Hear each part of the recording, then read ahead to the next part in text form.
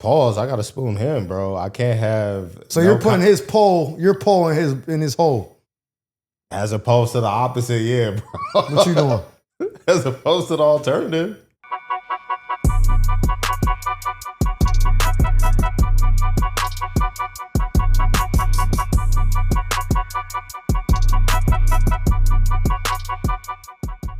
Welcome back to another episode of the Mike Murphy Show. I'm your host, comedian Mike Murphy, with my man, 100 Grand. John Grimes. I know it's been a couple of weeks, but he is to blame. That's crazy. Well, it's not even really you, it's your kid. Because no, that's not easy. It's 7 days in a week, dog. You never once said, hey, can we film at 6 a.m.? Nigga, you be playing basketball. Hey, listen, anyways, the one day you was like, oh, I can't do it tonight. Got stuff to do. We'll have to skip this week. So we skipped 2 weeks because of him. So it's, it's whatever. Hey, man. We're all happy to be here. Whatever. We back. We got a guest. You may or may not know him. He's not a famous comedian or nothing like that. You know what I'm saying? But he's doing... You got more followers on Instagram or TikTok? TikTok. How many you got on TikTok? 190. Okay, 190 on TikTok, 150. 150? Yeah, like 157. On Instagram, on yeah. Instagram, yeah. Delamo Manny is his Instagram name. Welcome to the Mike Murphy Show. Appreciate you, bro. Yeah, appreciate y'all. Good to be here, man. So, quick question. You in bed, is a woman on one side and a guy on the other side. What would you rather have? Your back to her or your back to him? Sheesh. That's how you welcome. Yeah. Thank you for the great question, firstly. So you're either spooning her or spooning him. Or not, or he's spooning you. Yeah, bro. I feel like... Pause. I gotta spoon him, bro. I can't have... So you're putting his pole, your pole in his hole. As opposed to the opposite, yeah, bro. What you doing? As opposed to the alternative. Oh, yeah, I'd probably go head to toe. No. That's not an option. I don't see why not. I'm taking that off the table now. Yeah. You just no third party voting, bro. That's you crazy. All right. Which way is it again? Either your wood on her butt while his wood is on your butt, or your wood is on his butt with her box on your butt.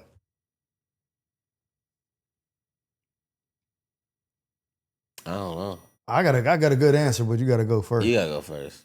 Here's my theory. Oh, I'm going my wood on her because it's going to be some gay shit no matter what if I got my wood on him. But at least with her, I could be hitting it. He might just be coaching me through it. You know what I'm saying? Like, yeah, put his forearm on my lower back to, you know what I'm saying, to brace me so I can get some, you know what I mean? But if I'm on him, she might put a finger in my butt. So then I got my wood on him, and she might slip a finger. That's crazy. Human centipede. You didn't consider the dude putting his finger in your butt? Nah, I'm gonna tell him, yo, just lower forearm on my forearm on my lower back as a brace. But you like said there's wood gonna be on your back still, right? Nah, that's that motion make him aroused? It's like when you catching a twerk and your homie holds you up. You know what I mean? Hey, like how girls be trying. That's crazy. Girls try to find the D with their butt. So you gonna try to find the D with your butt? Because that's what you. Nah, but I can wiggle out of it. Yeah, bro, can clench. But you're like 6'6", like 290, and you be getting niggas catching you while you twerking, or you caught niggas. Well, this is back in college when I was. That doesn't matter what it was, nigga. Like you're the same size you were in college, nigga. You needed a spot in college for a twerk? At times, bro, y'all act like y'all never did that, bro. I think. Oh, how big was the girl? Like, hey man, this is Riverside, California. This is some big old Riverside. Wait, so was she twerking on you or you were twerking? No, bro, come on. Why? That's crazy. Don't respect me, bro. Your homeboy holding you up while you twerking. Wild. Respect I'm me, falling, bro. nigga. Hold me. Hold me up, little daddy. Nah, no Antonio Brown celebration. And you said you went to college in Riverside? Yeah, I went to UC Riverside. Yep. Oh, okay. What? For accounting. Yeah, and drinking. Ain't that what you went to school for? Management. But did you finish? I did finish. Yeah. Did you get an accounting job? I did for a while. Yeah. For who? Well, I didn't work for like the public companies. I worked for a whole bunch of private companies. I worked for like ABM. The ABM probably does the parking structure over here, actually. So I worked for them for a while, then just various. Are you still in accounting? I do temp work, but I do like social media, like stand up. Oh, you primarily an entertainer. Like probably like 50-50. Okay. I'm trying to make it like end of this year. I'm trying to make it full time. So you're monetized on both platforms? So I'm monetized on TikTok, but that's low key falling off. Not like the views, but they get weird. They once change pay it too all the much time. bread. And I'm on Facebook, which I think is the best one right now. So I suggest if y'all not on Facebook, I would suggest if I'm monetized on everything, but Yeah. Instagram I'm monetized, but I don't post what they want. They want carousels and posts. So you do reels, you don't get paid for them no more. Wait, so they want you to post like pictures, swipe throughs to get Yeah, those and then like regular posts where it's like it might be a picture or a video, but it's a post, not a reel. Oh, So like when I was doing my reels, I was cashing out yeah. because and I was cooking at the time. My shit was if I did a video and it got less than like 250, Yeah. I was like, oh, I fucked up somewhere. Like I did something wrong. He was really moving. No, real shit. Like I went from 36 or 3,700 followers to 100,000 in 6 weeks. 7 weeks, sorry, 7. It was November 11th, the page started taking off. January 1st, I hit 100,000.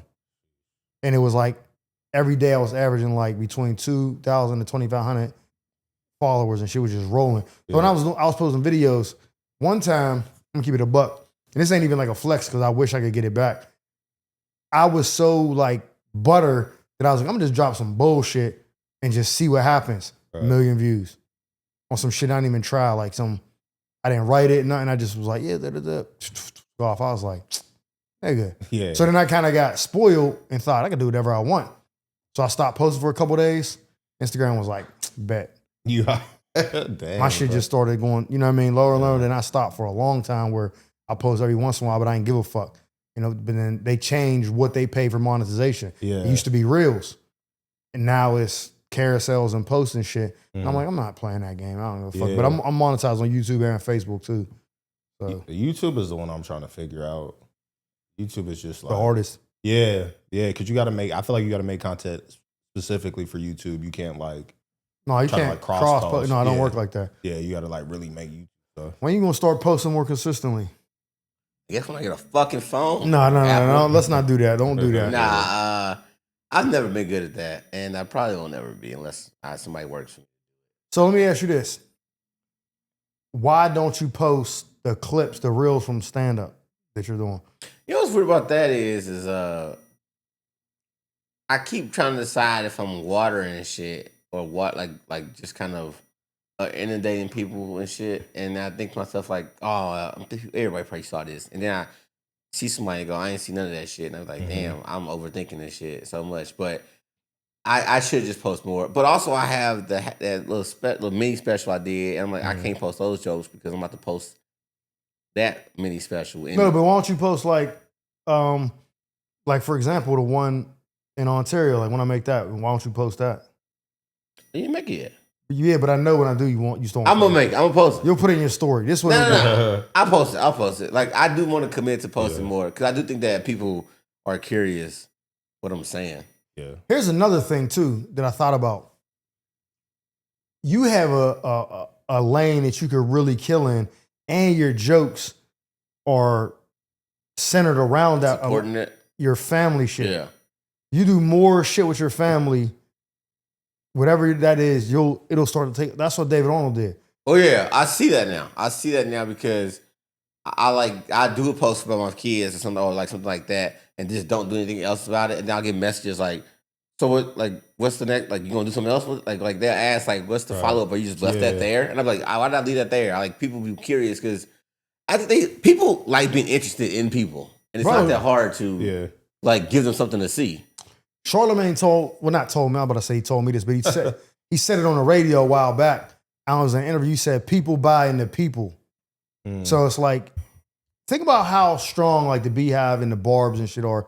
Like those are just people who bought into a person. Yeah, and they create that was placed in front of that driving force. You know what I'm saying? Like you could like I seen your growth on Instagram when I met you. You didn't have nowhere.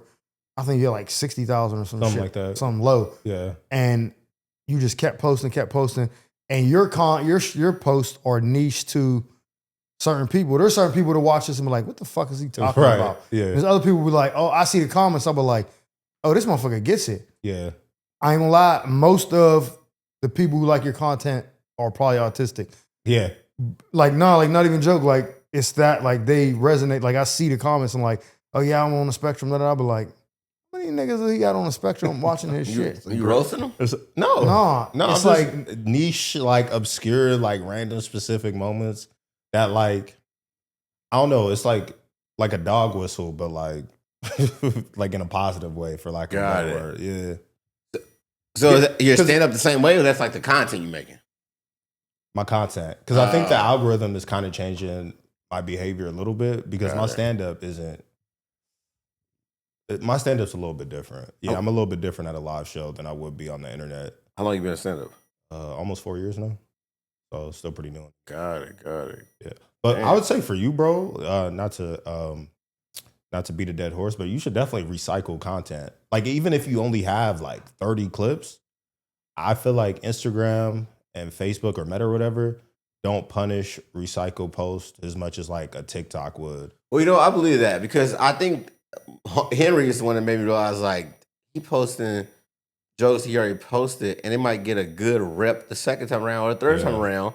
But he's just trying to say what show you got to do next. Like I got this show in Atlanta. We'll post a clip from Chocolate Sundays that he already posted. I'm like, I know you can do that without like it getting like watched down.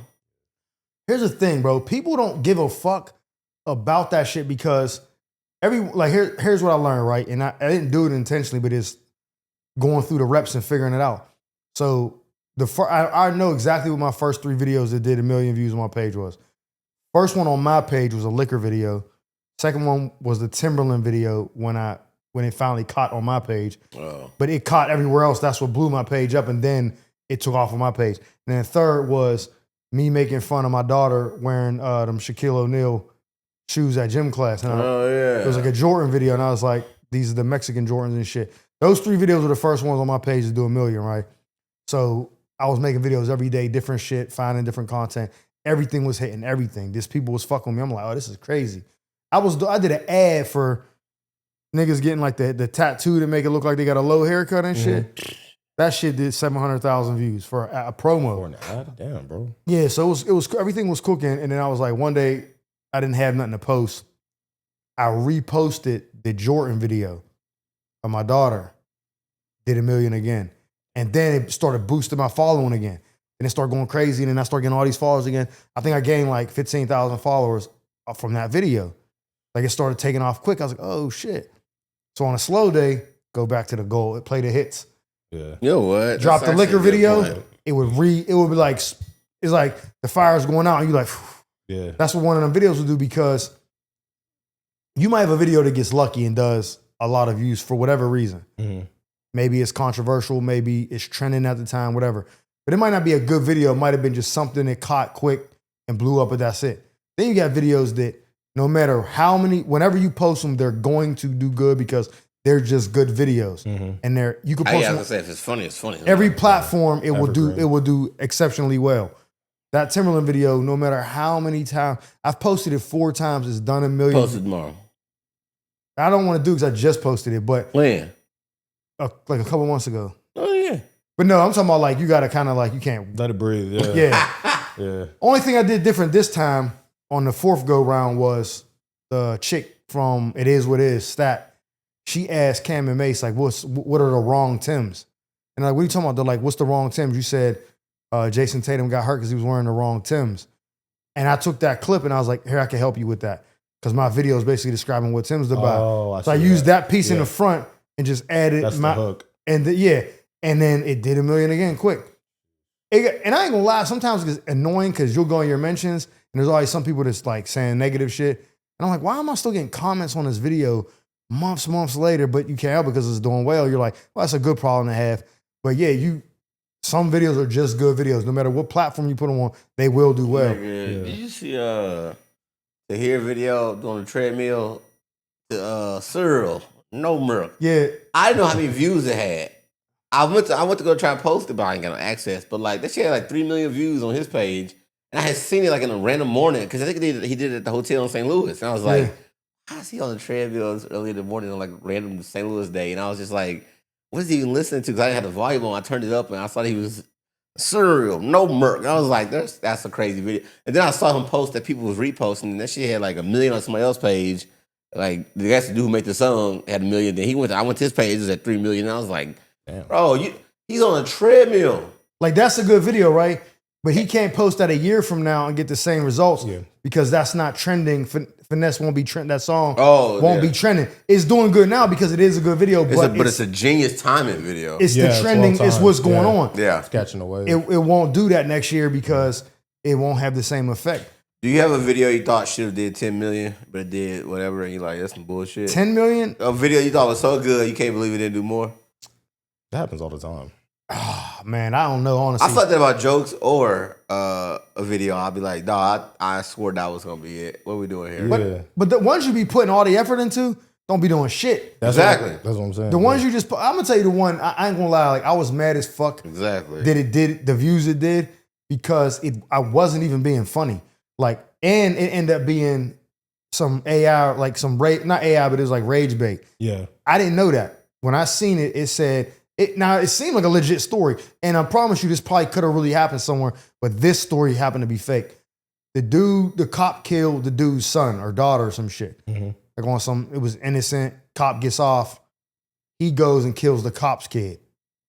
And he's like, fuck it, I don't care, you know what I'm saying? And it was like a white cop, black dude, you know what I mean? People, oh, that's bullshit. It created us. I was just like, yo, eye for an eye. Like, I wasn't even being funny. I was just commenting. I thought it was a real thing. It wasn't somebody just made it up to just get black and white people to go at each other's necks. Yeah. This shit is probably like 2.5 million views on my page. And people were like, you lame as hell, nigga, posting this rage-based shit, corny ass nigga. I'm like, nigga, I don't have time to vet every single thing I come across. That seems like some legit shit. Yeah. Because guess what? Fast forward a couple months, remember that cop killed the boy, his son ran from the stolen car, and they shot him down. So that cop, that black dude ran another motherfucker down. Yep. This nigga didn't have nothing to do with the case. He just killed like a sheriff working at a fair or a parade or some shit. Yeah. And he just killed the nigga. You know what I'm saying? And he's in jail for that. So shit like that happened. It wasn't totally unbelievable, but I don't got time to be like, let me Google this and see if this is a real story. Right. But it did so many views, and I'm like, oh, it's just because it's divisive. You know what I mean? But then there'd be ones you'd be like, oh, this, I didn't wrote this up. The punches on this is crazy. 29,000. You'd be like, I'll break this fucking phone in half. Man, that's how it be though. Throw the whole app away. Do you think the content creation affects how easy it is for you to create stand up? Yeah, I think it has pros and cons because I think the algorithm, whether you like to admit it or not, I speak for myself, it like changes your behavior a little bit because you kind of like chasing views. Like, yeah, they're your own ideas, but then you start to get in the mindset of like, I kind of know like what I should do for views versus what I think is funny. But do you think that changes your stand up though? Like, how much effort can you put in the stand-up if you are putting so much effort into the content world? I think you still put effort in the stand-up because the way I post is basically just selfie mode, like stream of consciousness. Like, maybe I'll think of a bit and try to make something funny. I think the way it affects my stand-up is that, like, it works kind of like as a digital open mic. Like, I think, like, if it hits or resonates or I see a whole bunch of people laughing at it, I'll be like, all right, I'll really try to, like, tighten this up and make it a bit and present it on stage. But then it might be some stuff that's like too topical, like the finesse or whatever. So it's like, oh, I just said something, but that's gone. I can't really. Yes, it's not evergreen. Yeah. But see, you said like your stand-up ain't similar to your content. When I see some of your stuff, a lot of your stuff is just like observational. Like, oh, I thought about this. Like, do you think, yeah, whatever. If that was your stand-up, you would have an hour quickly because you could just build on these thoughts that you have. And I wish I would like had one of the videos up there. I'd be like, what about, like this? Oh, put on the screen. Yeah, one of that probably. But it's like, my shit ain't like that. Yeah. I only way mines will be able to translate into the stage is I'm dealing with a heckler, or I come out and I see somebody wearing some bullshit, and I'm like, yeah, what is? And I can roast you. Then but I can't do an hour of that. You know what I mean? That's not even stand up no more. That's just wilding out. Yeah, no, I hear that. But I feel like some of your stuff is a little bit observational because I saw a video you had about like Lil Baby and the OF model or whatever. Oh, yeah. You remember that one? Yeah, that was yesterday. Yeah. Okay. Yeah, I saw that and I thought that was like good observation because it's like, yeah, like if I'm paying you, why would I care if I So did you see that? I did. So that's like it. So something like that. So only because like most of my comedy, like most of my jokes are like storytelling, but there are jokes I have that aren't where it's like I just haven't done them in a while. But yeah, like something like that. I'm very like common sense. So I'm like, you got paid to fuck. What the fuck are you talking about, Yeah. bitch? Like, do you understand how this works? Yeah. Like, oh, I picked up this John on Figueroa. Huh. He lasted 3 minutes. Never again. That's- What are you talking about? Yeah. Like, I don't give a, if I'm paying you, I don't give a fuck how you feel. You write Yelp reviews on the business, not Turn the over, customer. do this, whatever. I'm done. Cool. I'll see you Sound like later. she did her job well. Is she confused about the goal? Yeah, the company don't write Yelp reviews on the customer. That's wild. Yeah, he came in, he paid, ate like a pig at the counter. Like, no, it don't work like No, that. bro. It just like that's what's like the internet. Besides her being like a sex worker and having like no shame to be like, you're trying to demean someone's performance, saying I sold vagina and I wasn't up to snuff. You'll never make a dude not look cool for hitting. Like he hit, but you already said the first 2 words. He hit. That's where I stopped listening at. What are you talking So about? he hit it. Oh, okay, Yeah. cool. What are we talking I about? think I read the book now. Yeah, I the read the rest is book. really not our He metric, hit. like- Thank you so much for sharing. Like, how y'all know each other? Social media. Yeah, social. Y'all met in person before? Yeah. One time, yeah. No, two times because we the Ron G special. That was the first time, right? I think so. Was you at the Laugh Factory? Laugh Factory one time? Okay. You did Chocolate Sundays. You did it after old boy got shot in the neck. Oh, you was there for that one? Yeah, you had that Oh, I joke. know I that. think they posted that joke. They you did. And it had a lot like yeah, you probably got death. I mean, it was like it was just there was a comedian who was talking shit, but yeah. So I was like, oh, he's funny and shit. He would comment on my shit, comment on his shit, and then Ron G was shooting his special in Baldwin Hills, Oh, right. and he was like, yo, why don't you bring some like guys or whatever? So I'm gonna be a bunch of chicks there, and this is like a relationship type. So I want to have like both sides or whatever. I was like, shit, what you doing, nigga? Like, I'll introduce you to some because I knew he was new out here. I'm like, I'll introduce you to some of the people because when I came out here, nobody introduced me to no one. I had to be like, hey, I'm new. What's up? Tahir said the same thing. Tahir said when he first moved out, he walked up to Kev and Tony Baker and was like, can I be y'all friend? Like, I'm new out here. They was like, oh, all right. So I felt like if she don't know nobody in the comedy space, I'll What bring was you him. paying it for? Well, no one paid it. No one did it for me. Well, you're paying it for it though. Yeah, well, he'll have to pay it forward to someone else. Yeah. Wait, so you didn't know comics in LA like that? Not like really in the scene. Like people from. Well, I guess open you're mics 4 and years stuff. in, Yeah, so- yeah, that's what I'm saying. Like I'm new in the game, so Well, I didn't really like. Okay, I wasn't really gonna run into Ron G unless. got it. Let's rewind that thing. All right, who are your Rushmore? Oh, comment. Let me go. One of these. I think you got hung up here. Patrice O'Neal. Dave. I really rock with Louis C.K. And then one more. One more would probably be. This is a tough one. I'd probably say Pryor, bro. 2 comics that make you laugh right now. Tony Baker is really funny. I think he's one of the most underrated comics in the world. His material, his crowd work, I think he's very funny. And y'all know comedian CP? Hey, man. I hope y'all don't got beef with him. Do but y'all he's know funny. it's a Oh, that's crazy all- start that's to all Oh, okay, for sure. It's like, yeah, you heard of Bernie Mac? It's like, That's hey, she's from Chicago. Yeah, yeah. Okay. hottest nigga in LA. Yeah, you guys know who that is? Bro, I just feel like people be sleeping on him. But yeah, he got momentum for sure. I was just talking to him on Sunday. I see him at Chocolate Sundays.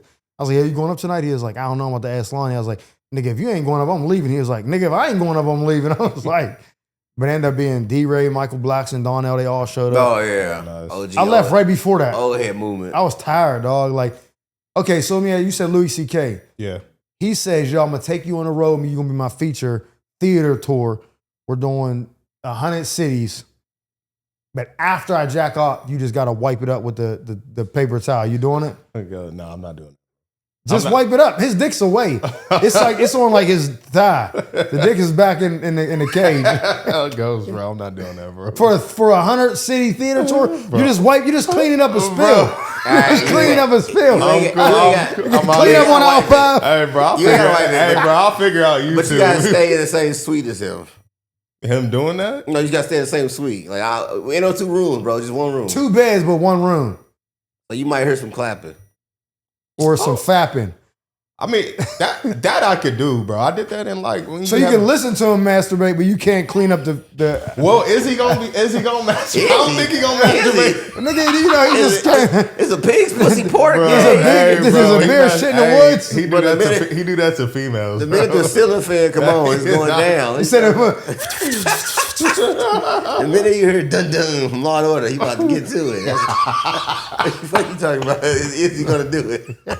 Brother said, "Do." That's crazy. As soon as that Netflix shit come on, that's my cue. Yo, just hear his palm smashing his pelvic bone. That's wild, bro. I don't know if I think I was that young, but sometimes I hear shit and I don't process. Now that I'm an older adult, I be like, hey, what the fuck was that story? And now I'm looking back on that like, yo, why did so many people know what they was talking about when that shit broke? Like, somebody said it, I'm like, that's wild. Why would somebody make that accusation? But then, like, 10 more people like, oh, yeah, he does do that. I'm like, nigga, what? What are adults doing out here? They're like, yeah, he do that, though, sometimes. I mean, yeah, it's personalities in comedy. That's wild. Like, think about it. When all that shit with Diddy was coming out, those people was like, that makes sense. Yeah. Like, no one was like, oh, I can't believe. Like, that's more alarming than this, like, what? Like, why was you letting comics whack off around y'all and, like, knowingly doing it is crazy to me. But, like, all these scandals low-key be open secrets. Like, whether it's Weinstein, C.K., Diddy. Well, yeah, because all the people do R. is Kelly. people in power, and they're afraid of, like, not getting something. Like, I feel like everybody in the industry it's know like, who wildin' and who not. I ain't never wanted to be that funny in my life that I let a nigga be like, you know what, dog, I'm gonna jack off next to you today. It's like, hey, you know what? Fuck comedy. somebody, look, here's You the got thing. it. Here's the thing, right? That's your industry now. So let me ask you, what's your take on this? You too. When you heard all the shit Diddy was doing, right? Dude, jack off, smeared the skeet on his chest, all this shit, right? People was like, yo, these dudes got so much money. Epstein Island, Diddy, Weinstein, they got so much bread that just regular pussy just doesn't cut it for them no more. You know what I mean? Like in one of Chris Rock's specials, I think it was Tambourine, he said, like, I watch so much porn now, that, like, I can't even get off. I need like an Asian chick with a black butt and white girl titties, or he described like like, I need to see that just to come because I'm so desensitized to seeing it. It's like, do those dudes just get so much, like, I can't see, I don't never see myself getting so much money where I'm like, you know what, boys now. Like, no, it's just not. Well, I used to joke about that. I used to say that when niggas get caught up with like trans women, like on Figueroa, like on Santa Monica Boulevard, like Eddie Murphy, a celebrity or something like that, you'd be like, I was like, I don't know, man. It happens too much that I think dudes must get to a certain success level where they've had so many women and they hit the red carpet with these baddies and they get seen on Instagram, all these bad chicks, that the competitive nature in them is like, yeah, clearly I can get the baddest bitch, but now it's time to get the baddest nigga. That's crazy. Like, yo, I got to pull up with the baddest nigga now and see if I can get him too. Because that's like, what else are you doing if you can't flex both ways? It's what these niggas, I did like, yo, you know what? I got a 10 on both sides, nigga. Like, that's crazy, but what would make a person go out for that? What would make them pursue that? Let's say they competitively thinking, can I get the baddest in any category? Sheesh, they in that bed turning over both ways. They are the bed. Oh, That's the day. Man, all of them having fun for sure. Yeah, bro. I think it goes back to like that Chris Rock bit about like jacking off. It's like, you think about it, right? Like when you start, like, not to be weird, but like when you start jacking off, you like 12, like it'd be like a King magazine with like Melissa Ford, and that would be like, oh, that's what exciting at the time. But after a while, you start to get desensitized, and you have to start watching more like explicit stuff. Nothing in print could get me off. But that's nothing in print in this decade. Yeah, but that's what I'm saying. Because I'm a veteran now. I didn't know videos existed, bro. I thought Vibe magazine was it Vibe? Vibe, King, yeah, double X, King. no, double XL, King and no, I was like King Vibe. I think it was Vibe. I had Vibe magazine. I was like, this is the baddest you can do in the world. Like, there's no way there's more than this. I ain't see porn until I was like 22. But I got pictures on my phone right now from when I was in Iraq of Melissa Ford and all them on my wall, like, that I ripped out of the magazine, like. That was a thing. Yeah. Now it's like, get this shit off my wall. Yeah. Monsters Ball was now you could go on Instagram and probably see some way Monsters Ball was the craziest thing I had saw at that age. You came to that before? I don't know if I came to it back then. What year was that? But like, maybe I like tried 05 to for maybe? sure. I probably tried to because I was like, "What is this? You could do this I on was watching TV?" the tip drill video, Nelly. Nigga, that shit crazy. I was raised off that. That was crazy, That was bro. solid. BT Uncut was wild. I ain't got no panties on. Got no panties on. That shit used to be the craziest shit at BT After Dark. Bro, yeah. My grandfather, right? Mm. That's how wild this nigga is. Rest in peace. I went to Iraq in 03, March. It was the first tour. Came back in April of 03. I didn't talk to like hardly any of my family members probably until like February. No, probably like January of 04. Because the phone system was trash. Yeah. To the point where you'd have to call a military base and have them relay, like they would have to call the number you wanted. Yeah. But just to get in touch with the military base, you might be dialing for 40 minutes. So if you got to the phone line and you seen 4 people in front of you, you'd be like, fuck out of here. I ain't got time for, like, you need to go up there and then it'd be like 2 people for you to be like, okay, I'll wait. Yeah. Because people, and then you might get on there, yeah, can you connect me to this? Click, motherfucker. And then you would be like, all right, I got to get up. You know, you just be tired. I never talked to my family. We finally got these satellite phones set up. We got like 2 months left. And I'm like, fuck it, I'm going to call my grandma, see how she's doing or whatever. I know she's worried. I called my grandma. I'm talking to her. Hey, that's that boy on the phone? Let me talk to him. It's on the phone. What's up, granddad? Hey, let me ask you a question and don't lie to me. What's up? You got into my porn stash in the basement? I said, what the fuck? He was like, all my magazines are stuck, the pages are stuck together like they got wet. Was you fucking around down there? I'm like, man, put my grandmother back on the phone, nigga. What the fuck is you talking about? Like, I was so perplexed. Like, what the fuck was he asking me? This nigga left him in a milled, like, it was a moist thing. So they got wet, and then I guess they fixed whatever was making it moist down there. And so the pages ended up drying. But they're old as fuck. They're porn. So they just stuck together like glue. And he couldn't open them back up. Did you ever touch the stash? No, I didn't even know it was down there until he said something. So when I came home, I went down there looking for this shit. What the fuck is he talking about? And I found a box, and it said porn on it. Like, it was like a cardboard box that said porn. Or it said dirty mags or some shit that I clearly identified this is it. And I pulled it out the shelf, and I grabbed one out, and I was like, it felt like when you wet something and it dries, like paper. Yeah, it felt like that. Yeah. But I remember talking to my uncle. He was like, oh, there was a leak. It was like moisture was getting in the basement. It's not finished. The basement's an old ass fucking house. And then they fixed whatever it was. So when it finally dried, it just got crunchy. He's blaming it on me. I'm like, nigga, what do you? He was so mad. I was like, how are you even getting off to this shit? I need VHS now. DVD. You shipwreck on an island, and it's like a kiosk there. You only can choose 2 porn categories while you're on that island. What 2 categories are you going to take? I only choose 2 for life. I'm shipwrecked. The length of your shipwreckness on that island. Unanimous time, unlimited time. I don't know what the time is. Do they gotta be like super like narrow? I mean, it's got to be a category that's a approved category. I'm saying I gotta say Not can ebony. be vague. Ebony? Is that too vague? That's vague as hell. Okay, that's all I was asking. Do it gotta be like? I'm gonna give you a bitch named Ebony. Then her name was just gonna be Ebony. Okay, so I gotta pick 2. And they gotta be like detailed. I'm definitely doing Busty. Gotta get that. Mm-hmm. And then probably cum shots. That's crazy. Because here's the thing: if I watch a porno and it cuts off before he busts, pause. I'm unsatisfied. You know what's crazy? I've never needed to see that. I can cut it off before that happens any time in my life. I didn't even know them niggas came before. I'm so confused right now. Why you mean they finished? Why are you worried about his prize? Never seen It's that. no, it's just that makes it finito. That's Complete? Yeah, if it's Him finishing helps you finish. nah, but it's just the The psychology of it. yeah, it's like that we gotta. I'm even more. I don't know if this sounds gay or not, but Continue. I'm more excited when we finish the same time. I'm like, oh, we're on the same. It feels like I did the same work he did. Yo, this has been the Mike Murphy podcast. I'm John Grimes. So to me, it feels like I did the same damage to her that he did. Like, oh, we lasted the same amount of time, even though I started with only 3 minutes left. Yeah. He been there for 40 minutes. Nigga, you know how long it took me to realize that them niggas ain't doing that shit in just one take? Nigga, I was They be there all so damn underwhelmed day. by myself. I was saying, man, this video got 20 more minutes left. Yeah, This is- all day off Blue Chew. What is this Bro, Mega Man doing out here? but it's not even that. I've seen, you know what I don't like? I don't like unprofessional porn. Oh, Don't really? be showing me the BTS. Like, hey, all right, so stop. We're gonna switch the nigga. What are you doing? This I need to act. You need to make me believe that this happened all in one session. Because, They be stopping, get a fluffer in. He's, you know what I mean. She's not wet.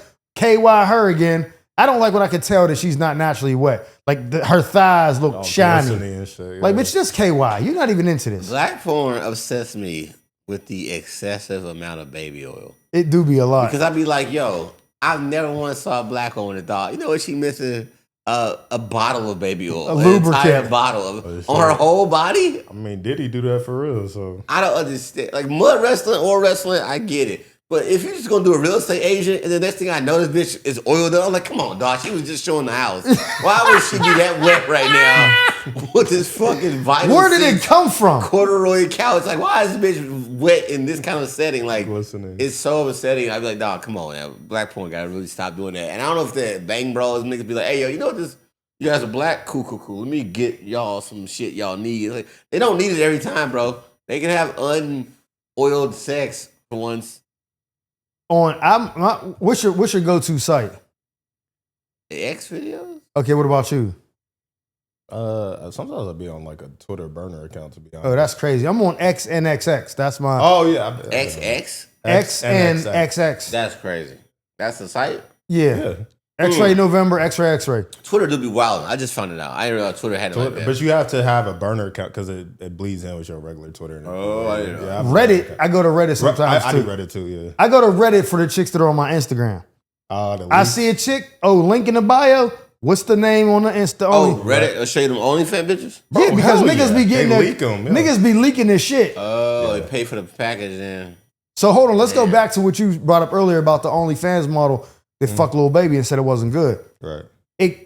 This is the one thing, like, I ain't famous, but I'm popping enough to where if I post something, it's getting back to whoever that shit is about. Right. So she finally commented on today, and she said, I don't care what amount of money you got, I want to spit shine that bald ass head of yours.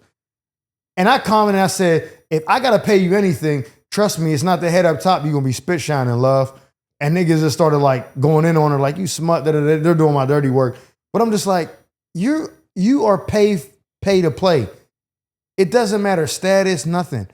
Because whatever he paid you, if I say, yeah, I got double that, I could be Jeff Bezos. You taking it. You're going. Yeah. You know what I mean? So you didn't smash him because you liked who he was. Yeah. He gave you a bag. You was like, okay, it's Lil Baby. You're mad because nothing came of it. And now you're like, oh, he was weak. All you did was just basically tell the world, hey, I want y'all to not fuck Lil Baby, which is some bum shit. Yeah. Bitch, don't tell nobody that, because that means he fucked you and sent you on your way. That's you shut the fuck up about it. You know what I mean? Yeah. Do you think there are young dudes like that, or there's like women that's ordering dudes like that for a buck? Like paying for dick. Yeah. I think there's some like older women. Would you Yeah. like who would you do it for? Like Wendy Williams, if she hit you up like, yo, I'm gonna give you the buck. She wouldn't have to really pay me that much. There's not when dudes say, when we talk What do you about mean by this not much? at dinner, when I said, oh yeah, we talking about this in Charlotte. If let's say it's us three, right? We're like, yo, we got a 3-man. We gonna meet these shorties, right? We pull up. There's 3 joints. One of them might look at one of us and be like, shorty, you got to take the team. Take one for the team. Right. They looking at us thinking that one of us they're taking one for the team because it's unacceptable to them. Do you know how bad, ugly, like when I say bad, I mean not like fine, like ugly the chick gotta be for one of us to be like, you gotta take one for the team? Yeah. She has to be preposterous, like out of crazy. Yeah. Because most of us would be like, shit, let's Figure do it. out. Yeah. We'll drink We're or not even something. considering it taking one for the team. We're like, nigga, it's lit. Yeah. 3 on 3. I'm leading the team. I'm Yeah. driving the team. Yeah, I'm like- the MVP. pass it Yeah. down. If a Yeah. dude says, I'm taking one for the team, you're fucked. Like you're one of the ugliest bitches Shocked, yeah. walking on this earth. Because for dudes, it's like we'll fuck almost anything. Yeah. So like Wendy Williams, I would fuck Wendy Williams if she just gave me the pussy. She didn't have to pay me. Like if it was available and she's like, let's go back to, all right. You know what I mean? So it's like, I don't give a fuck. Yeah. But you have to give someone that's like, nah, that cost. I need to be compensated for that. Yeah. Wendy Williams, I would do it for free. So I would definitely do it for money. Real nigga. Oprah, you go. I'm breaking Oprah. I'm breaking. Without no money though. Oh, not for free, no. Not for free? That's like the Jay-Z question. You want $1 million to have lunch with Jay-Z? You want to go to dinner? For free for her, unless you gonna tell me exactly. Yeah. Give me like CVS number then Oprah, and then I'll Hold hit on, her. but you ain't. What's your 2 categories on the island? Oh, shit. I'm probably gonna be judged, but it'll probably be fuck it. It'll probably be interracial, which is nigga fucking white bitches. You fuck white bitches? What? Sometimes You see that shirt? What are you talking? You do. You know what? I don't know why I'm shocked. I got eyeball perk. I can tell from a mile away niggas that fuck white girl. I can see that shit a mile away. What? This nigga definitely got fucking. Hey, Ariel. Will actually fuck. And they got Will actually. Bro, Well, actually. He said, well, actually. So what if I do, Brenda? Man, just Like Pete's sake. For Pete's sake. Just pick a random TikTok comment section on one of my videos, bro. They be in there. They be cooking you? They be in there. No, they be in there of all colors. Oh, the joints. Yeah. All right, so you got interracial. What's the other one? You next, nigga.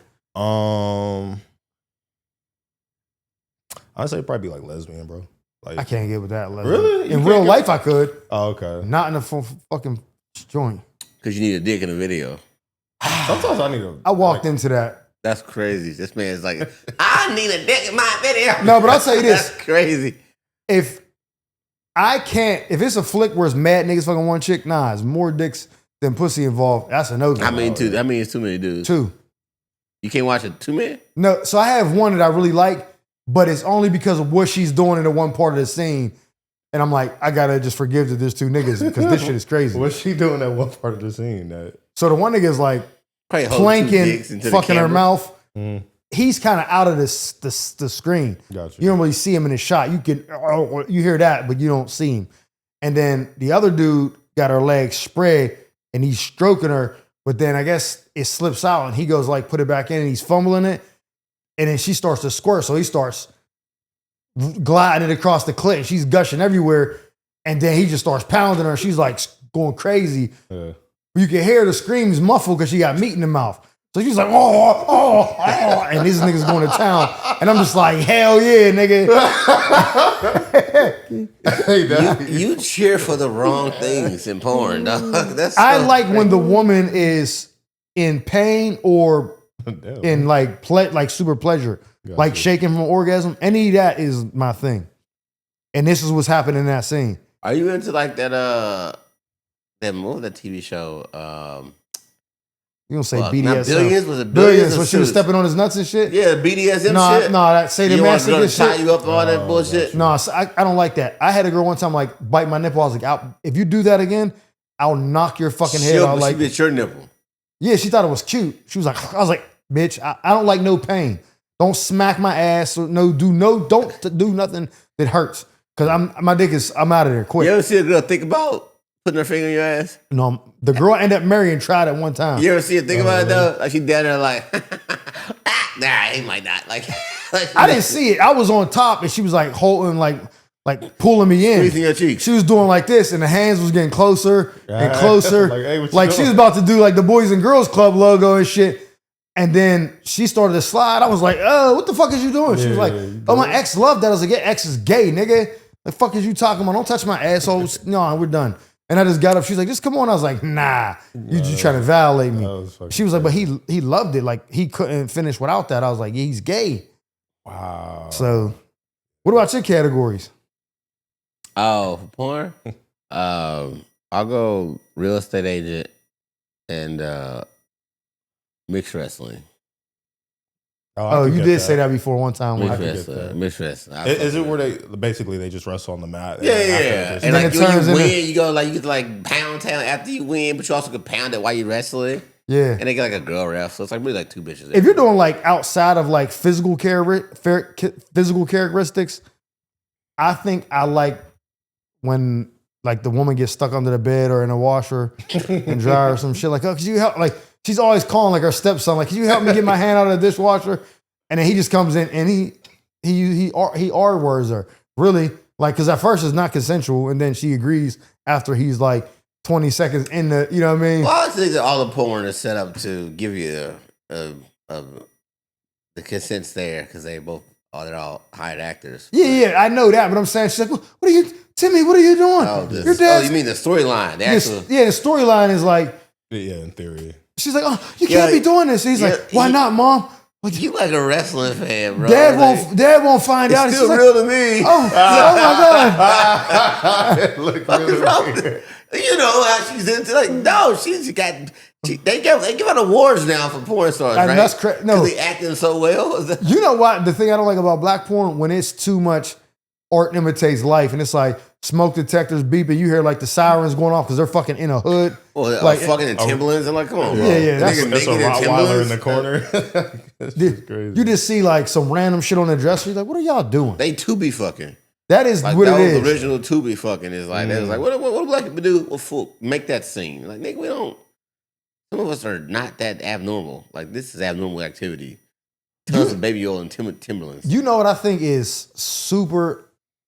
The most dangerous people on this earth are, to me, the people who leave comments on porn videos. They got too much time, that's 100%. For sure. Them people need to be on a registry somewhere. They haven't came yet. That's the first problem. Community, yeah. Like, you ever, like, one time I'll finish and I'll be like, I need to find out her name.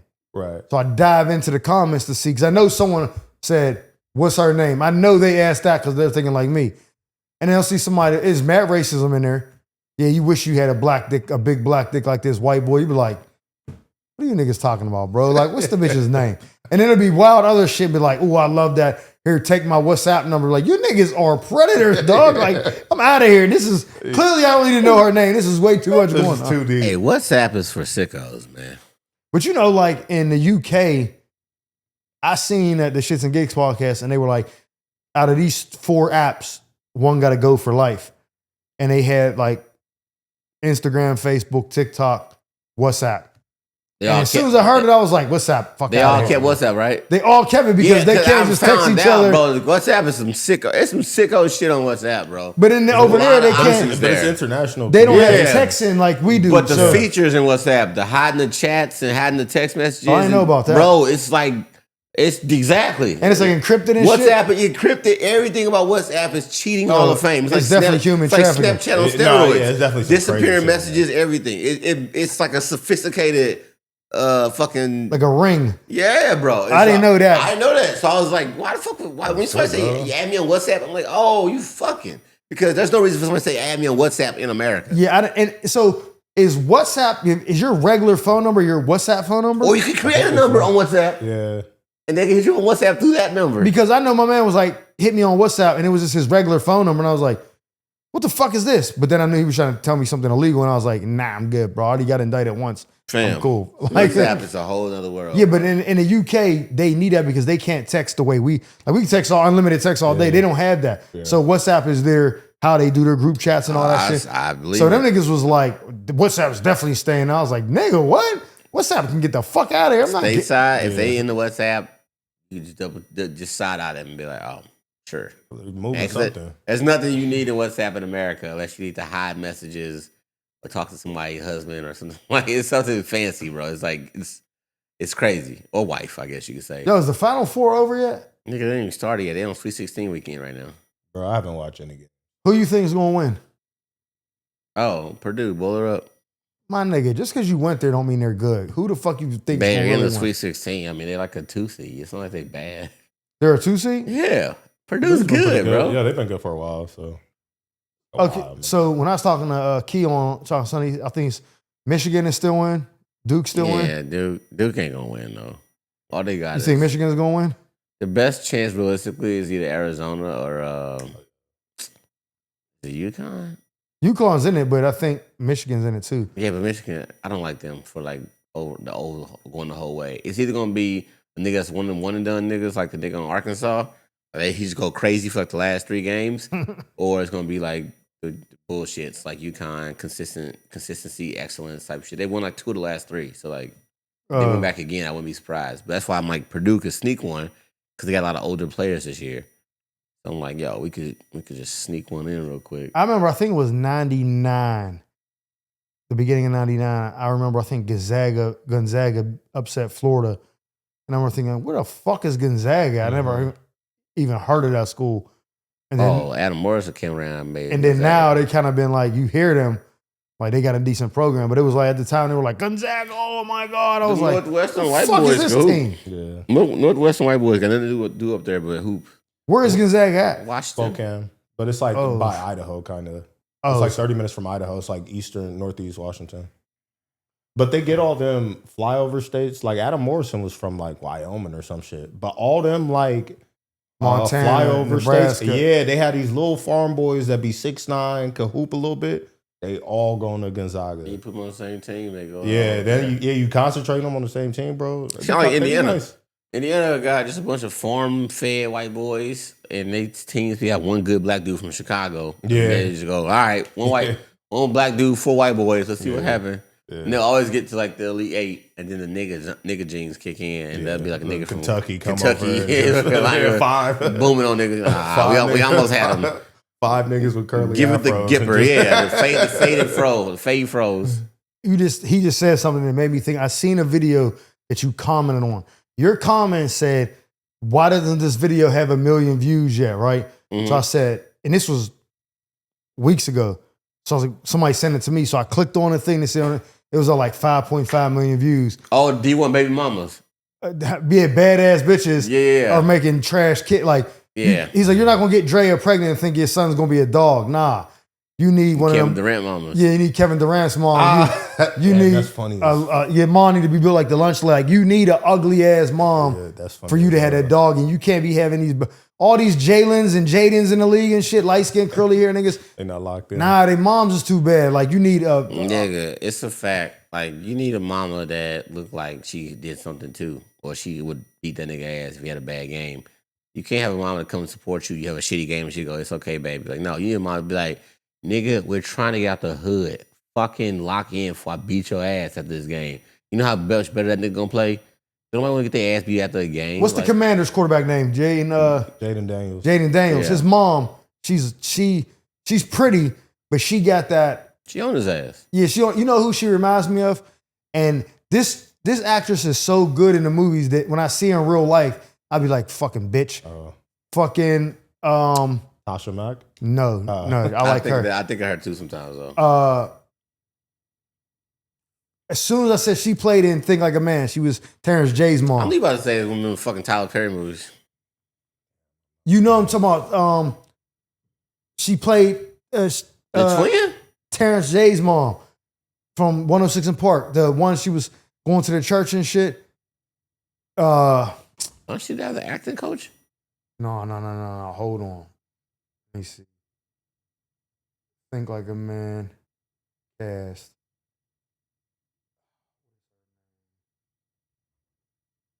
Jennifer Lewis.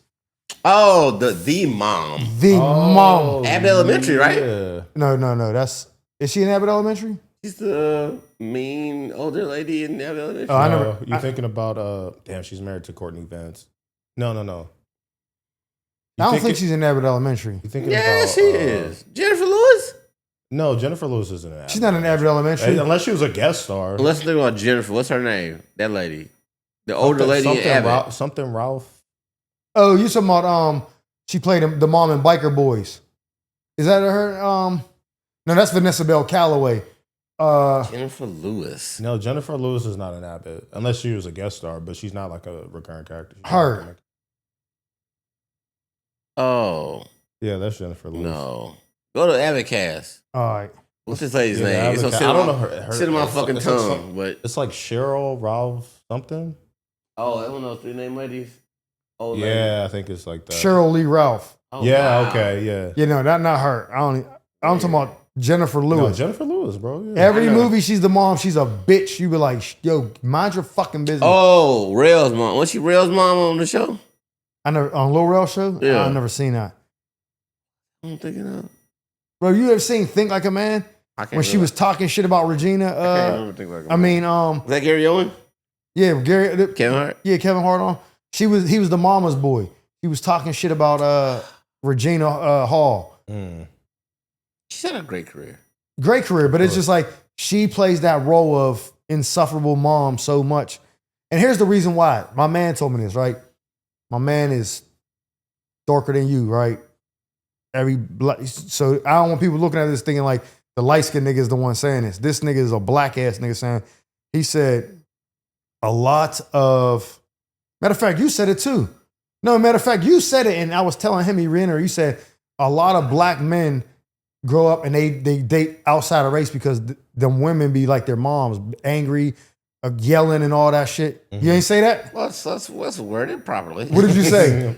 I said that there are young men who grew up by their moms only, and they see that as their force, that's their sense of discipline and like stress growing up, so that when they get older, they kind of repel it. Yeah, they don't end want up that. dating outside of that because that reminds them too much of their childhood upbringing and disciplinary experience. That's what I said. Yeah, you said like black women. Like no, I'm saying like sometimes so you see a young black dude, and you might interview a black dude. He like, I mean, yeah, man, I wasn't trying to hear that same.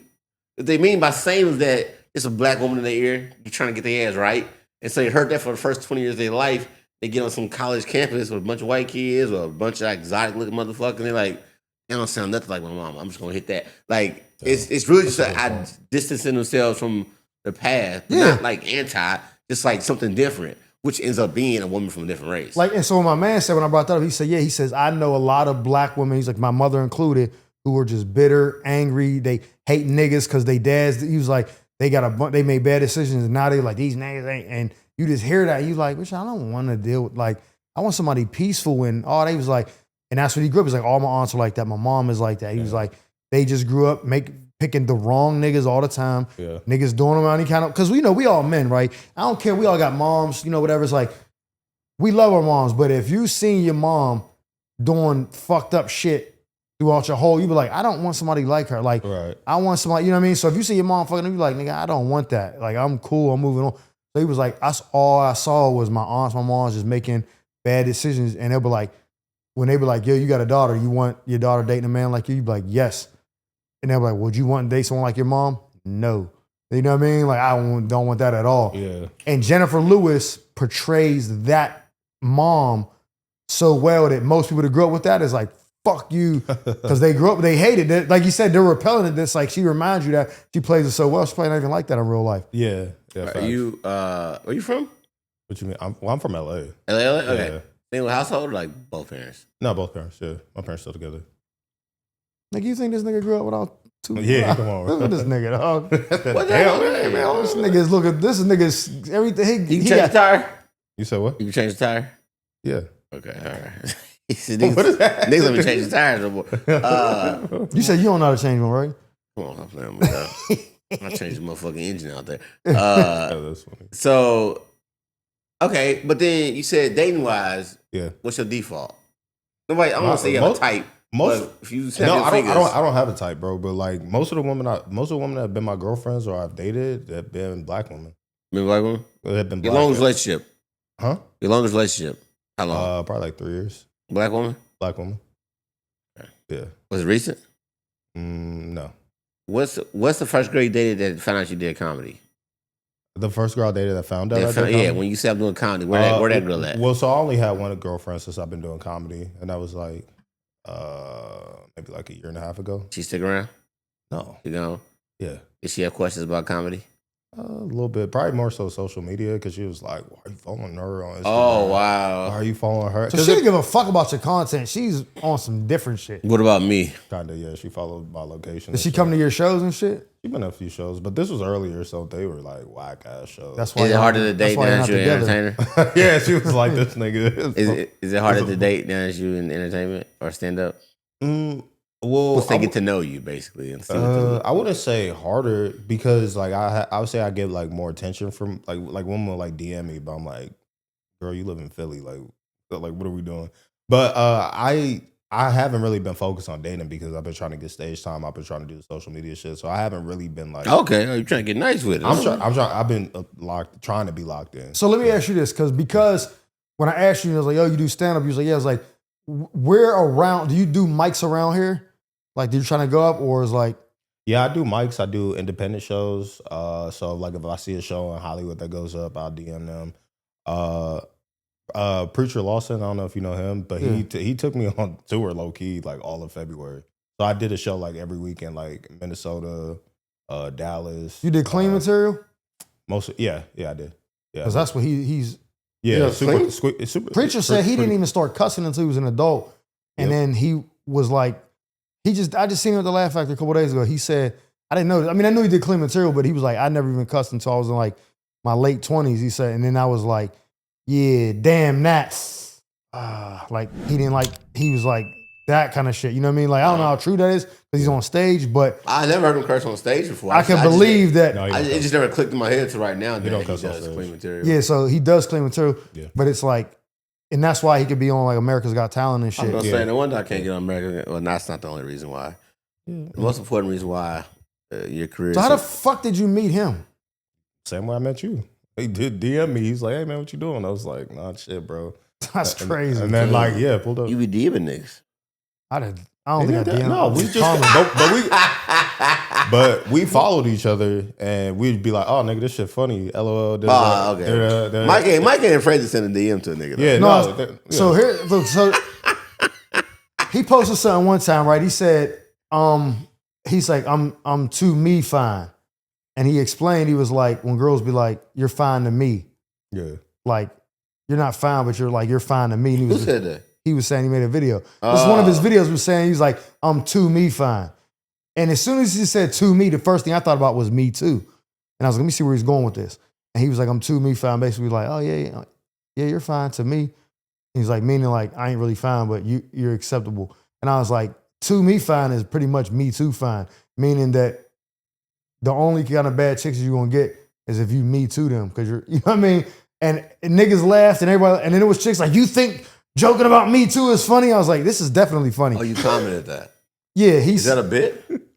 That's it. I haven't tried it on stage, but it's like just an idea for. But that's why it could be a bit. That's what I was saying. Yeah. But my comment was like a spin on that, like what you could take that if you want as a tag.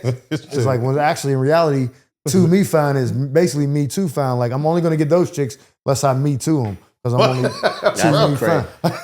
You gotta do it. You just gotta sit on it. You gotta be in it. Doing clean comedy, bro. Cosby on my rush. Man's doing clean comedy. You want to tell him to add a me too to it? I don't do clean comedy, but I can do it. But the gig paying mad people people was laughing at it, and it's like, again, I got so many like people like I would go on there and be seeing all these comments and stuff, videos 4 months. I'm like, what the fuck is this? Yeah. I didn't post in 3 weeks. Why the fuck am I still getting comments? So I have to go to the tags and go over to that column to see who responded. Sometimes I'll comment something and just leave it, go about my day. I forgot all about it. Then I'll be in my comments and I seen him laughing at the thing. So that made me say, let me see what else is everybody else talking about? And I go in there and I see chicks like, you think this is fucking funny? Actually, I think it's kind of genius. Like the way I spun that is really kind of brilliant. Like you're not laughing because your dad touched you. That's not my fault. I didn't say it was okay. I just said that this is what it could mean. And then she was just pissed or whatever. I should go back and I should go reply to one of them comments. We got you still mad, bitch? Damn. Well, because we got like different fan bases, I think. Well, way different. It sounds like it. Sounds like because I feel like you got. Are in the I feel like you got niggas that like fuck with like more like raw humor. Like, you know what I mean? Like my crowd would get easily offended compared to you. But you gotta think about that, right? Saying that, like, yo, you're fine to me. And I say, yeah, that actually is the same as me too fine. Because if you're only fine to her, the way you're gonna get a baddie, you're gonna have to me to her. Like, that's the only way it's gonna happen. Crazy Not saying you should, I'm just saying you need to understand your limitations. Yeah. And they just didn't get it. And I was like, that's brilliant. Like, that's funny as fuck. Like the joke structure. The joke of it is like, that's funny, but they didn't feel it. They was how dare you? And like the me being like, I got a daughter and I got aunts and moms, and I was like, okay. My intrusive thoughts want to be like, your dad touched you, that's not my fault. That's not what I'm saying. I'm not saying it's okay. I'm saying this kind of means that too. Yeah. No one's condoning it. Go get therapy, bitch. Like, that's what I wanted to say. And I was just like, hey man, you can laugh if, and not be, uptight all the time. Fuck you. Okay. Wendy Williams, you said you fuck for free.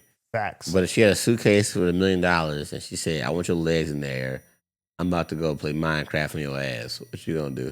No, it's not happening. So no there.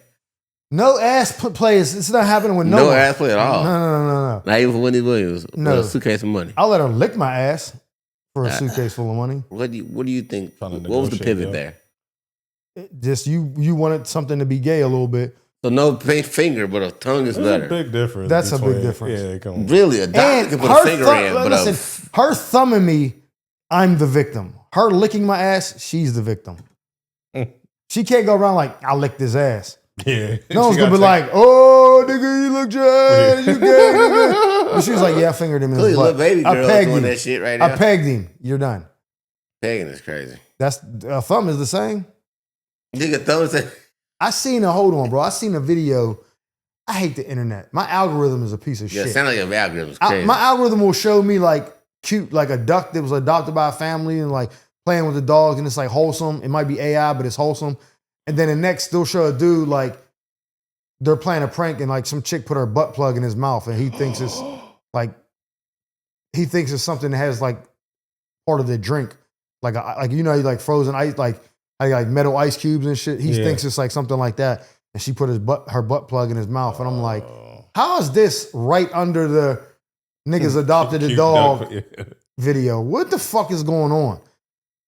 Like, I can't. And then white people, I was at that open mic last night at the Improv, right? White people do a lot of gay jokes. Yeah.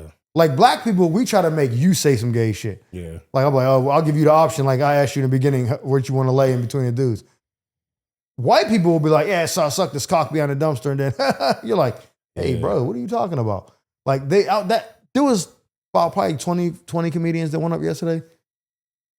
Out of the 15, 16 guys, probably 7 of them said some shit about sucking dick or some gay shit. I'm like, that's what's like, to them, I think that's like a Shock comedy?